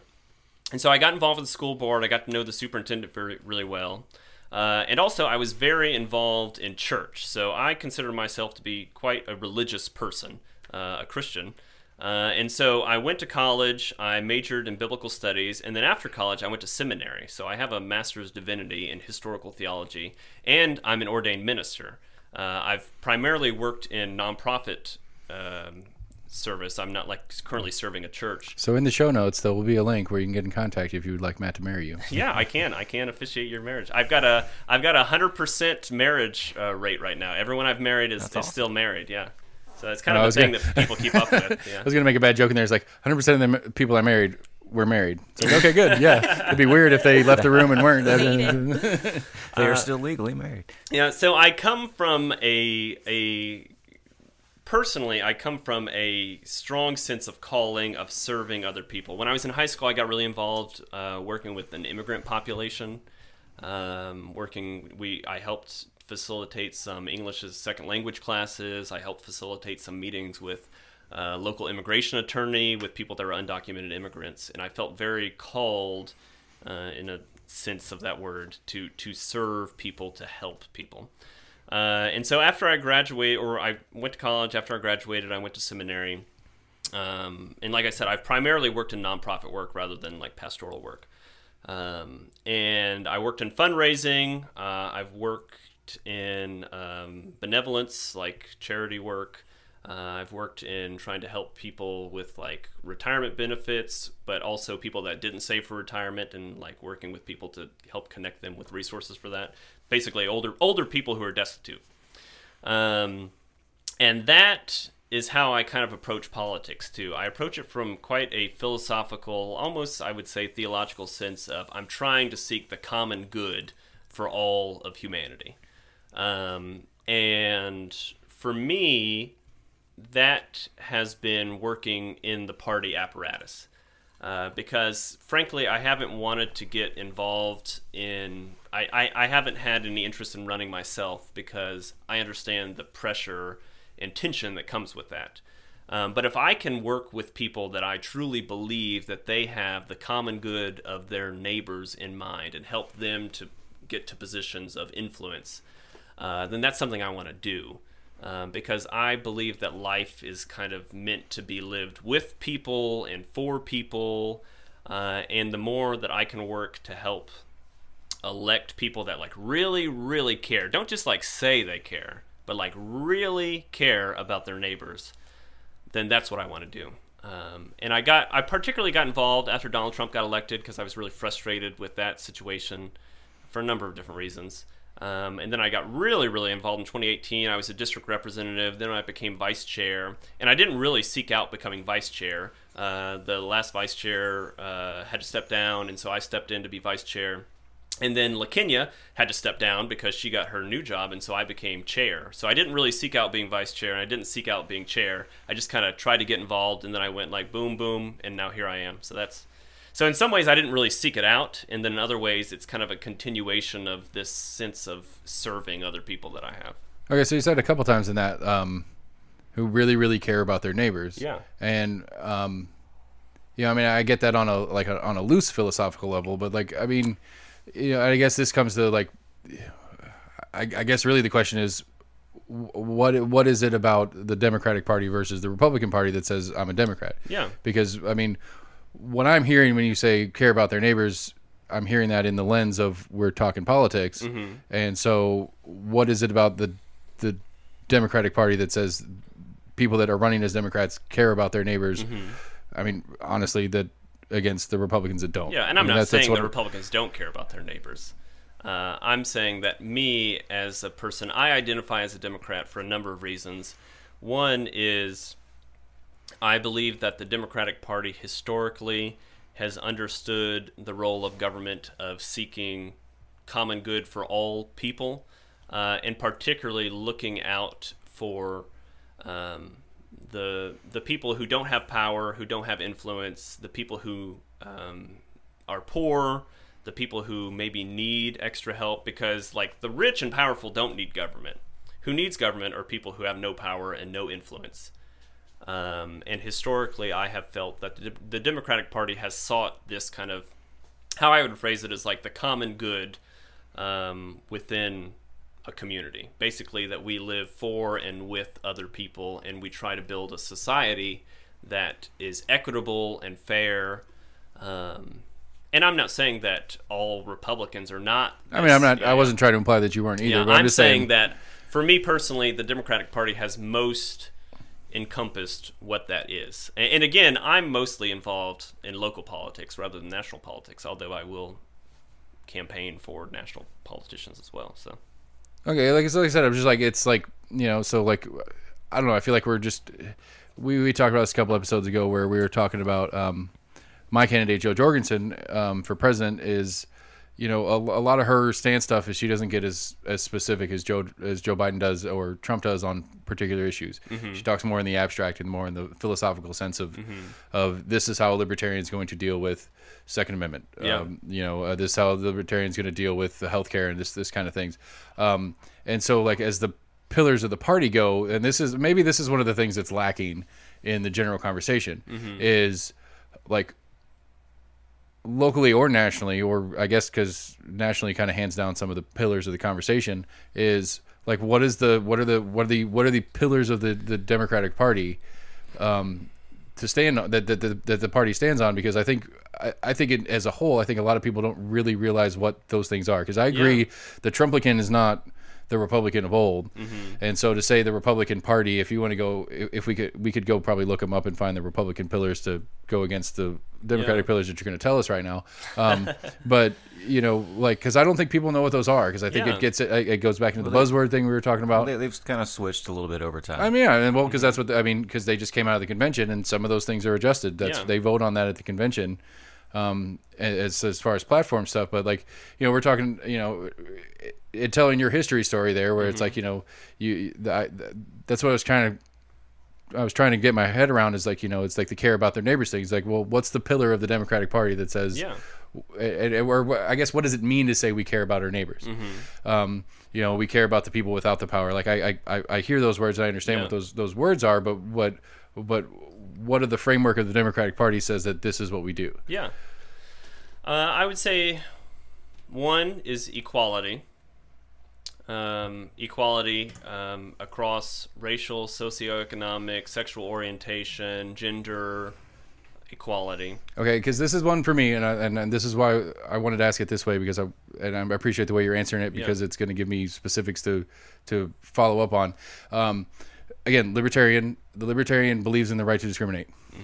I don't care who you are. If you're a business that's dumb enough to not sell to a black guy because he's a black guy, you're a dumbass business, and you're going to fail long term anyway. I don't believe, personally, that the government needs to intrude on that sense. I believe that there was a time for it, but I think we've passed that.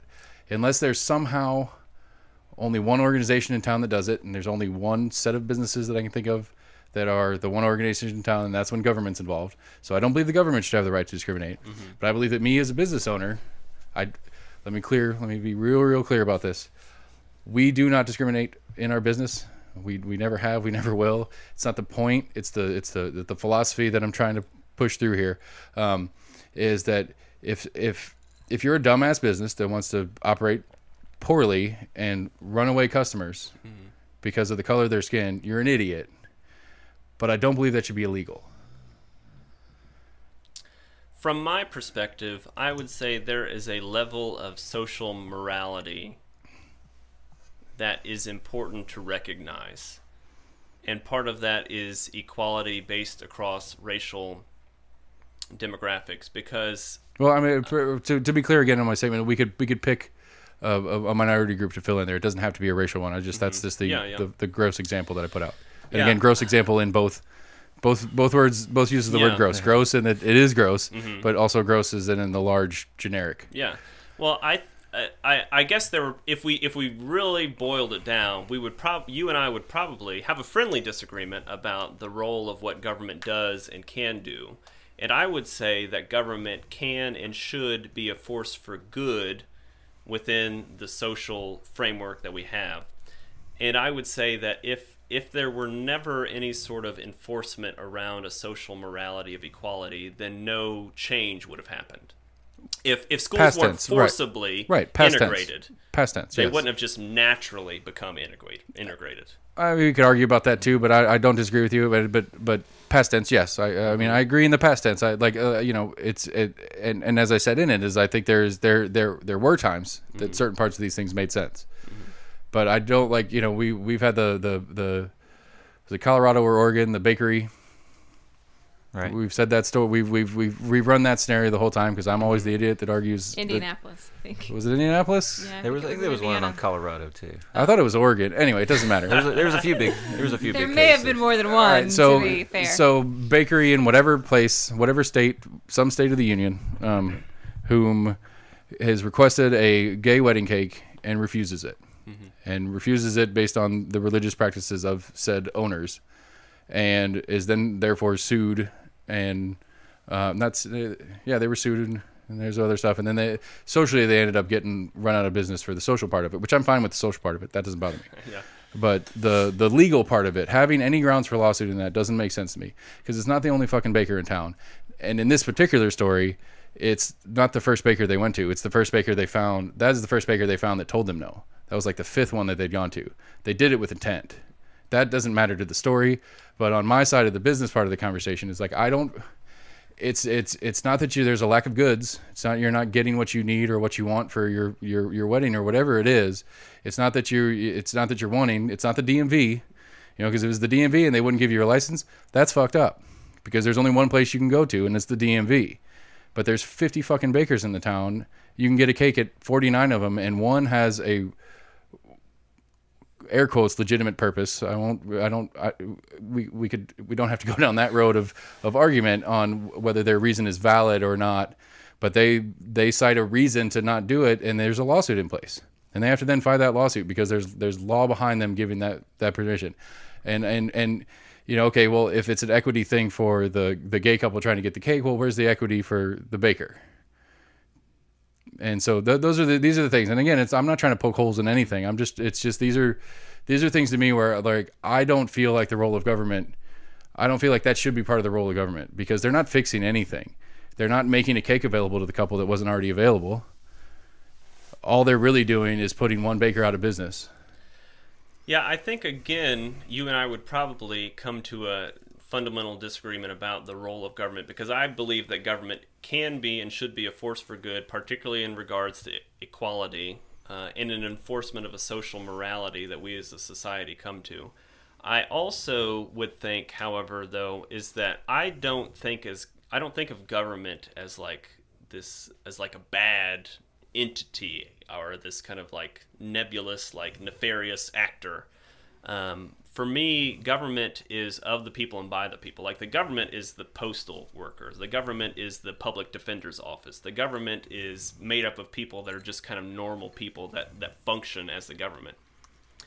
And for me, I fundamentally believe that government is of the people and by the people, and thus government is just the way that we kind of structure and orient ourselves as a society.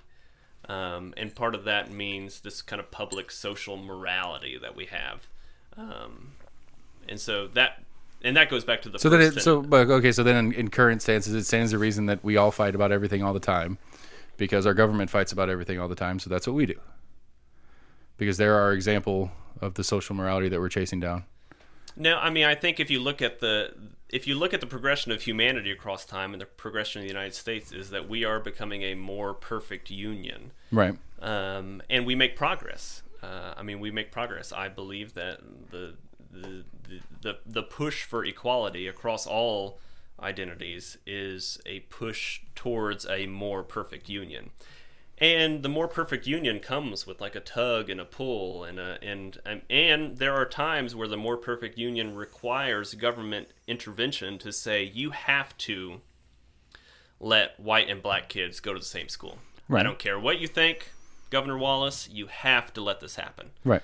I think realistically, and to go not against myself, but I think realistically the federal government coming in and pushing the, state of Tennessee was a state that voted against gay marriage. Like, it was on the ballot, and we said no, and the Supreme Court said too bad. And that was a big push that was not a decision, and that I'm totally okay with. Like, I think it was the right thing to do.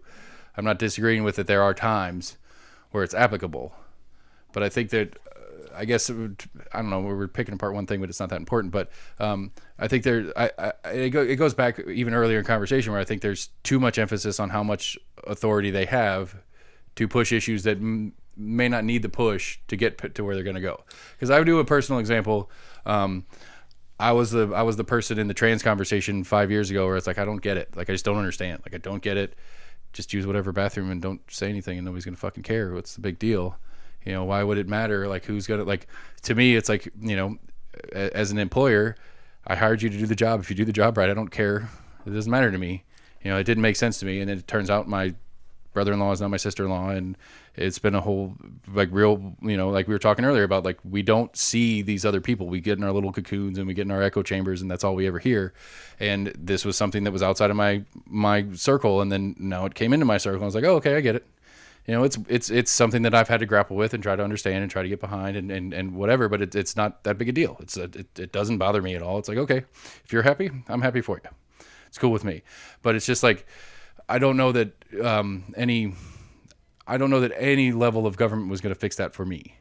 Like, if it would have been 5 years ago before she came out, I would have been in the same place I was. And if the government says, well, you have to respect that, and it's like, I don't know. I don't know. But that now that I have an actual understanding of it, because I interact with it, it's a different thing.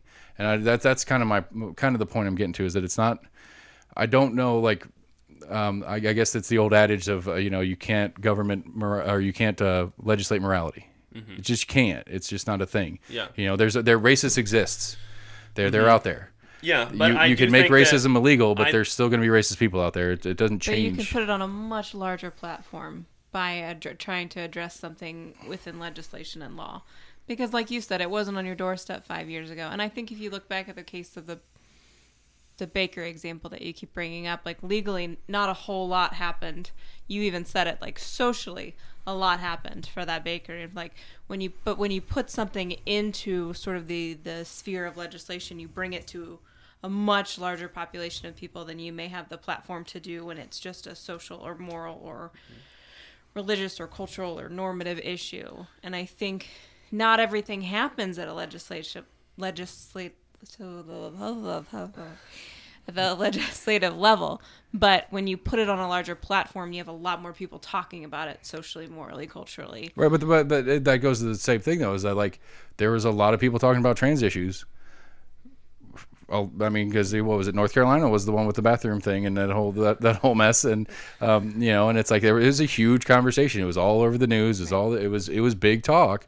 And it's like, whatever. Right, but then private businesses made decisions about it. Local school boards made decisions about it. And those are people who weren't having conversations about it before people pushed for someone to have a conversation about it. Even though, like, nationally, legally, not a whole... I don't know. The Supreme Court one that just came out was pretty fucking massive. So but 5 years ago, you know what I mean? Like, that wasn't 5 years ago, but in the last 5 years... but what has happened is that at every other level, there's been a platform for discussing that. Like I said, local school boards, private businesses, healthcare centers, especially healthcare centers. I can totally give you the stance on that. We still have EHRs that you just don't really serve that population well in any way, and insurance billing, and you can't, bill a pap smear for someone who identifies as male, and so you have to go in and make sure that their biological sex matches. Anyway, there's all kinds of stuff. But like legally, it's complicated. Check. I thought I'd sneak that in there. Well, that's one of the things. But I think you're putting it on a platform by making it something that. I have a collectivist view too, that like the government exists to protect the individual, and the government exists to protect the whole. And I don't think of government solely through an individualistic lens. I think of government through like a collectivist lens. That government is kind of guiding, and many times government just catches up. Policy catches up to social understanding, a larger like social zeitgeist or public zeitgeist. But I do think there is definitely a place for government to intervene in situations where you are protecting a minority group, you are protecting... I mean, that's the whole function of like constitutional democracy, is protect the minority from the reign of the majority. And so I would have a collectivist view of understanding how, and a communitarian view of understanding how government works, while also having an individualistic view. I mean, I think there's both of those things, but I mean, I think that, it's just kind of the baseline understanding of how I think government can or should function. Okay. Yeah. And we probably disagree about that, and that's okay. Well, I mean, it's just then that you're right. And that's the point, and that's the point of the show, at least, is that it's okay that we disagree on any and all things. But I just it's I don't know. We've talked about a number of different issues. I'm trying to understand the complexities of things. I'm trying to figure out, why certain things are the way they are, and it's just, I don't know. I get real lost in. I get real lost when it's we joked earlier about like pick an age, and this is a very governmental thing, and it's like we have all these different little ages and all this different little, and I mean that's just one example of the for lack of a better word, the fat that is the government. And it's overly complicated. We have all these districts issues, and we have all this gerrymandering and all these different little things, and it's overly complicated. And the more we as the public allow it, the more it gets that way. And that's what really bothers me as a voter and as a constituent and as a father and whatever labels I want to put on myself. It's like it's so damn complicated, and it's not just the issue itself is complicated, and then the issue of dealing with the issue life's complicated becomes more complicated, and again trying to understand all the things, and it's like again I've said 1,000 times, and AC's not here, so I can get away with it. as much as I identify as a libertarian, I'm a realist. I understand what's in front of me. I see the party system. I see the way the government works in front of me, and I don't, you know, there weren't any libertarians on this ballot, and there won't be any on the next ballot. I mean, there is a Libertarian Party of Knox County. Yeah, but they should don't have do their it. chair on. Okay. I mean, I don't know him. I know the Republican chair. I know Randy Pace. I don't yeah, know Randy, the I was talking to Randy earlier this week. He's going to come in. We're going to talk Okay. to him, and he's going to help me get some of their candidates on here too. And Nice.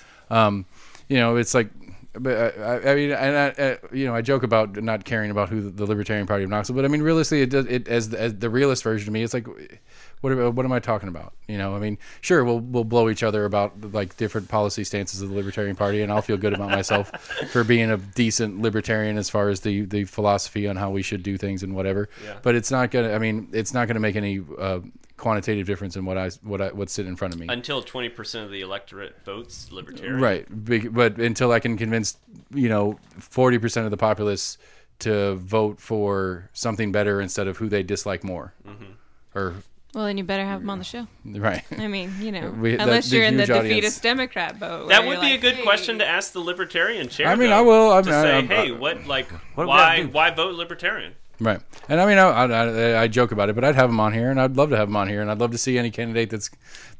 You should have. That's You should ballsy have enough to all run as three of one. us on here sometime. That'd be fun. Well, I got 3 chairs. I'll kick both of these 2 out, and let you guys just saying sit and that we're fight. not contributing enough. Well, I don't know what like I mean the thing to me, and again, like it goes back into talking about like I go and I pull a ballot. I get to pick which ballot, which is kind of cool, but I still got to pick one. You know, I get the general plus whichever primary. If I want a primary, Was like, there a Libertarian ballot for did they have Libertarian Senate candidates? no. No. No, there was there's and again, this is something I do want to get the election commission in here. I want to talk to them about like how does that go? Like, I mean, I understand that there are like percentage rules on getting You should something. get on the ballot as a Libertarian. I'm serious. I'm like you, buddy. Give I don't, people a choice. I don't want to be a candidate. I joke all the time. Like the best I can do in front of an audience is the 3 or 4 people in this room, and that's it. Well, running a campaign's not all about winning either. That's a fair point, but I don't raise money very well either. So. Neither. You know, and then there's a conflict. There comes in a conflict. Interesting thing with the show is I can't bring. You know, what does that do to the show? I can't like.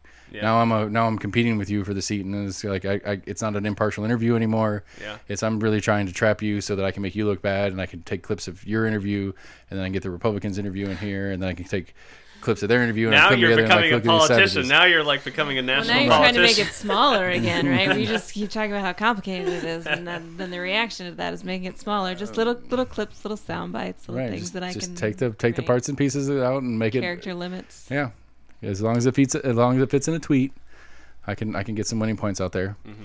You know, and I mean, I don't know, and realistically, talking to the different candidates, especially county commission seats, it's like, you know, how hard is the ideology in the Knox County Commission? Like how hard is any commissioner voting ideology versus what's literally in front of them, and it doesn't exist as much. Which, I mean, I guess it's kind of weird that we have this party game locally that doesn't quite apply as hard as it does on state and national I mean, issues. state level, it definitely does. Yeah, And absolutely. I would say local level, it does as well. But I can understand what you're saying. But not as harsh. I mean, it's like, you know, I mean, county commission, it's what 7-1 or 7-2. It's going to be 7-2 now. Mm-hmm. Well, and then there's 2 at large, so it'll be 10-2. Right. Yeah. But how many For of them? now, Right. But how many of them are going to go? How many of them are going to go like 8-4? You know, or something like that. It's not gonna hit the line. It's not gonna be a 10-2 every election or every vote on whatever issue. It's not gonna be the 10 Republicans say yes and the 2 Democrats say no. Mm-hmm. There's not many of those that are gonna happen in a county commission conversation. Because I'm curious to look at their voting record. yeah, I mean, you have a breakdown in Republicans too. I mean, you've got the far right Republicans, you've got more like establishment Right. Republicans. I mean, that comes to play in the state legislature. You have, particularly with the voucher bill. I mean, Bill Lee had to scrape for votes for the voucher bill, and it came down that not only did Democrats vote against it, but a good number of Republicans voted against it. And Jason Zachary over here in Farragut changed his vote. You ought to have him on and ask him why he changed his vote, and ask him. Add them to my list. Yeah. Add them to my list. Ask him if there's I any need to get a big- reasoning behind that. I'm gonna put a big board up here. some contribution or a bigger float in the 4th of July parade if we ever get the 4th of July parade next year. Vote for Justin Davis for State House. But all right. Do I have to pay for that? Not yet. Okay, good. Not till it airs. Yeah, I get $20 per download. Don't worry, it's only gonna be like $80. So all right. So the something I've talked to a lot of the candidates about, and I'd be curious whether if I don't know if it's something that there's even a conversation about in the party. Yeah. Is I've been on a kick on the premise of going metro for Knoxville. Okay. It was like literally I was talking to Kyle Ward. Like Davidson. Right. Yeah. Like I was talking to Kyle Warden here about it, and I just kind of like it came like I said, I don't prep and I don't do anything to set up an interview. I just talk to the people that are sitting across from me. What did Kyle say? What was his answer? He was like 10, 12 years out, something like that. Okay. He's like, and essentially it was, I was just saying how little hardcore the party system is in Knoxville, but it was literally the city won't. The city who is more democratically controlled is not going to let go to a Republican county, and a Republican county is not going to let go to a city depending on how they want to do the flip. Yeah. And Todd said the same thing. Like Todd's answer was if it's American, I always fuck it up. Kincaid. Mayor Kincannon. Kincannon. I always Kincannon. if it's Mayor Kincannon, then I'm on board. If it's Mayor Jacobs. Mayor Choke Slam. If it's Mayor Jacobs, then are you gonna have him on? I've emailed his office a couple times.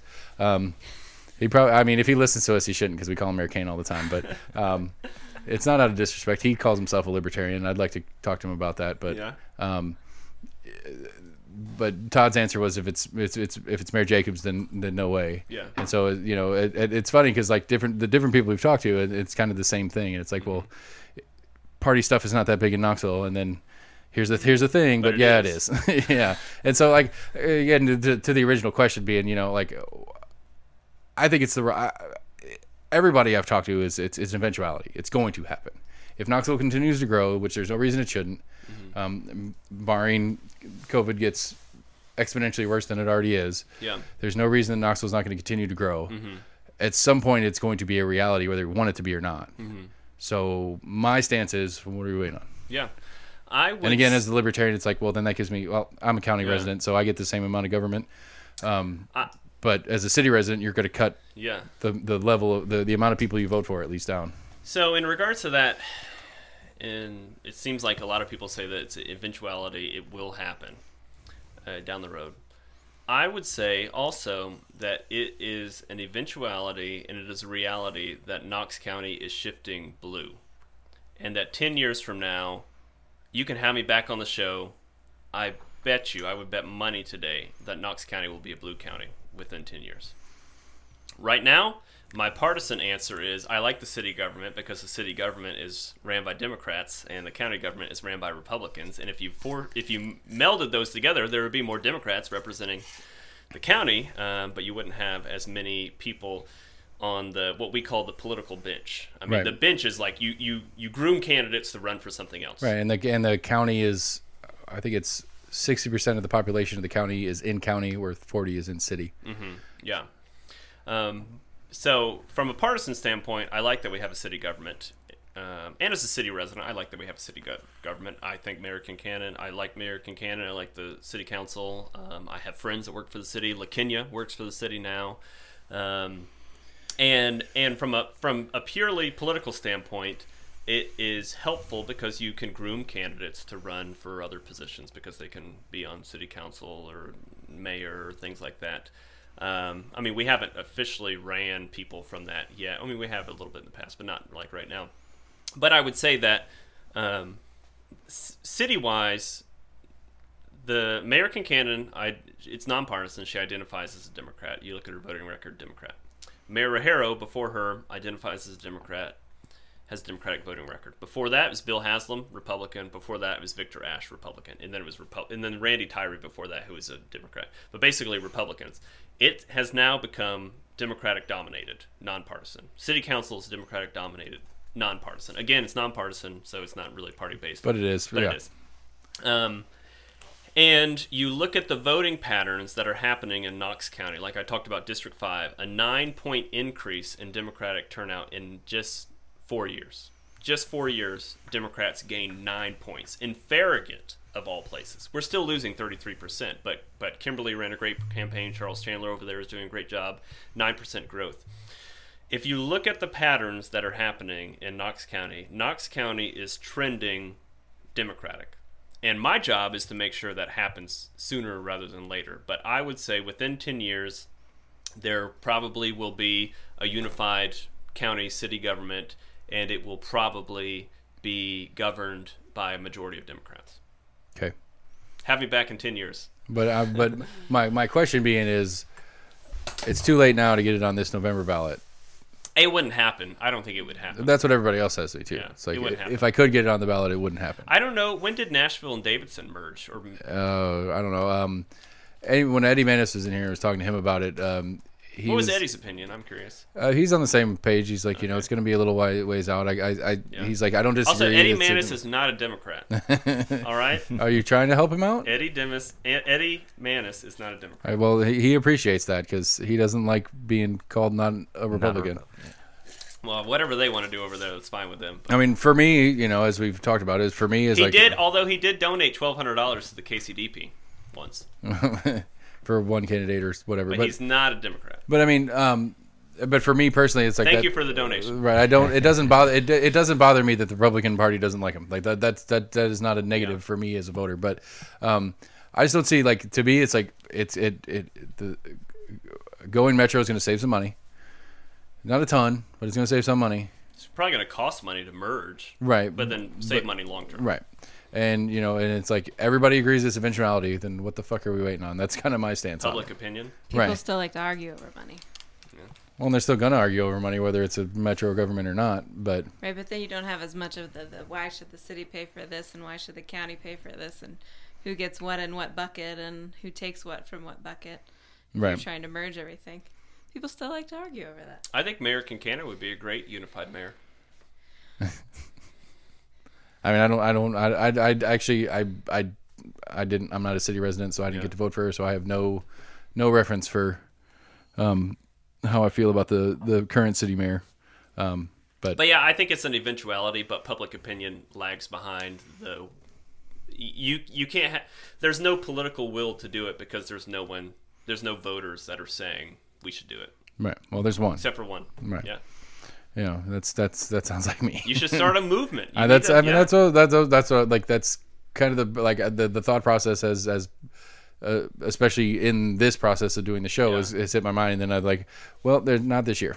You should research the history behind Nashville and Davidson County. Yeah. Well, that's what I was getting at with Eddie. Eddie was talking about how he's got the he said he has like a brochure, for lack of a better word, of when Louisville did it. Did he want to do it when he was Knoxville city mayor? I don't know.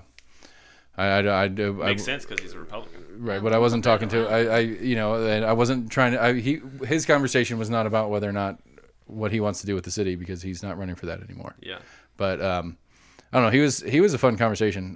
But I don't know. I just think like it makes sense to me. Like the eventuality is the fact that everybody agrees that it's eventuality is what's most frustrating. Yeah. It's like, okay, so.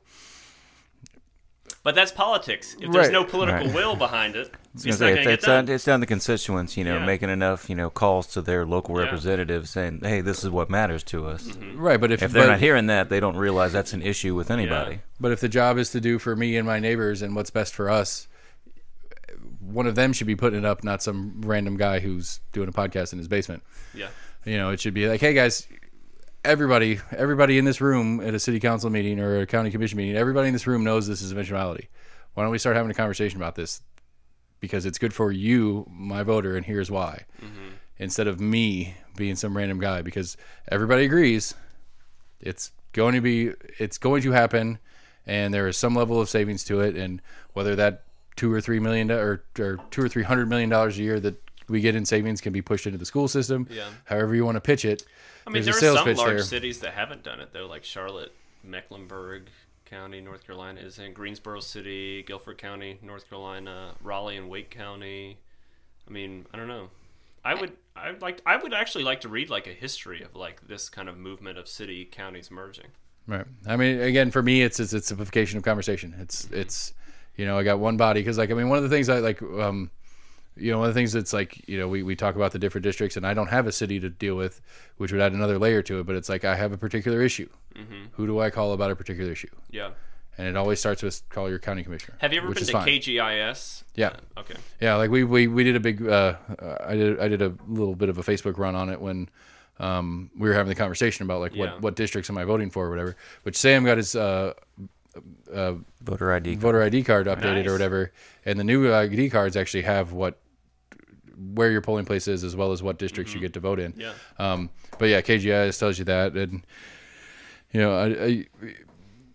that being a handy little thing. I think the commission should do it. I think the election commission should make a thing of that. It shouldn't be that hard. It probably is because I don't understand computers well enough, but it's probably not that hard. It shouldn't be that hard for somebody who knows what they're doing, for you to go to the Knox County, what is it? The Knox County Commission? Yeah, go to the website and put in your address, and it give you the same thing that comes on your voter card. And even go a step further and give you your sample ballot, and then give you your sample ballot with hyperlinks to at least that person's webpage. Some county governments don't have websites for their election commission, Right. which is, I think, is abysmal. I think that's awful. Right. And this, it's 2020. Yeah. Come on now, let's catch up. But I'm just saying, like, there is a lot of information at the Tennessee Secretary of State's website, but a lot of people don't know about that. Right. And that's kind of because they are the people that on the statewide oversee elections, but who would know to Google that? Right. Yeah. But it's just like, to me, it's just like I feel like just something is government is not user friendly. But it's that was one thing that got us into trying to dig into it. It's like, we're relatively intelligent people, but we can't figure some of this shit out. That's actually government is not. I've never thought about that before, but like government is not user friendly, and it should be user friendly. Yeah, because we should add that to to All right, this is good. I'm gonna. Yeah. All right, our next races, we're gonna add that to the platform. I get a nickel. It's on tape. It's copywritten right now to me. I own everything that we're recording here, so it's copywritten to me now. All right, well, Matt, I appreciate you so much. It was a good time. Yeah, we had a great time. Are we finished now? Yeah, that's 2 hours. This is fun. Oh, it's past. We've passed 2 hours and we kept going. So, okay. So that was see. Didn't turn the volume up. I suck at this game. All right, episode 23, everybody. Matt Shears, the Democratic acting chair. I'm full chair now. Full chair now. Look at that. Exclusive right here. You heard it here first. Actual chair of the Democratic Party of Knoxville. Is it city or county? We never actually clarified that. I am the chair of the Knox County Democratic Party. Okay, so it's county, but whatever. It takes both over. So we really appreciate him coming. We had a great time. We are almost in agreement, almostinagreement@gmail.com. I'm going to pull this down a little bit because I forgot to ask a question at the end there. Matt, have you got any contacts that you want to get out to people? Yeah, if anybody wanted to get in with the Democratic Party, how would they get? Yeah, you can go to KnoxvilleDemocrats.org. You can also stop by our office at 311 Morgan Street every weekday from 1 to 6 p.m. We have someone that staffs the office. Yeah, I guess we're going. We got invited. We have to go come visit. We'll show you the Al Gore sign thing. And then if you want to email me, you can email me at chair@KnoxvilleDemocrats.org. I want my picture between Hillary Clinton and Barack Obama. There we go. Good. I'll put that up next to somewhere in this house. I've got me and who was it? Duncan. I got Jimmy. I got a picture of me and Jimmy Duncan. Oh, really? That's interesting. Yeah. You should have him on. He's a character. He retired finally, but anyway. So sorry to interrupt that. So I'll put some links in the contact or in the show notes and stuff like that for everybody. So you get the outro music again. Sorry. Anyway, episode 23 is in the books. Blah blah blah blah blah. Thank you guys, everybody. Almost in agreement. almostinagreement@gmail.com. Facebook, Twitter, YouTube. If we're not on the podcast network that you like, email us at almostinagreement, and I'll figure out how to get on there. Like, share, tell your friends about us, give us reviews and stuff like that. We really, really, really care about trying to figure out more about local government. It matters to us. It should matter to you too. If you're our listener in Ireland, I guess it doesn't matter to you, but we appreciate y'all for listening. Have a good night, everybody.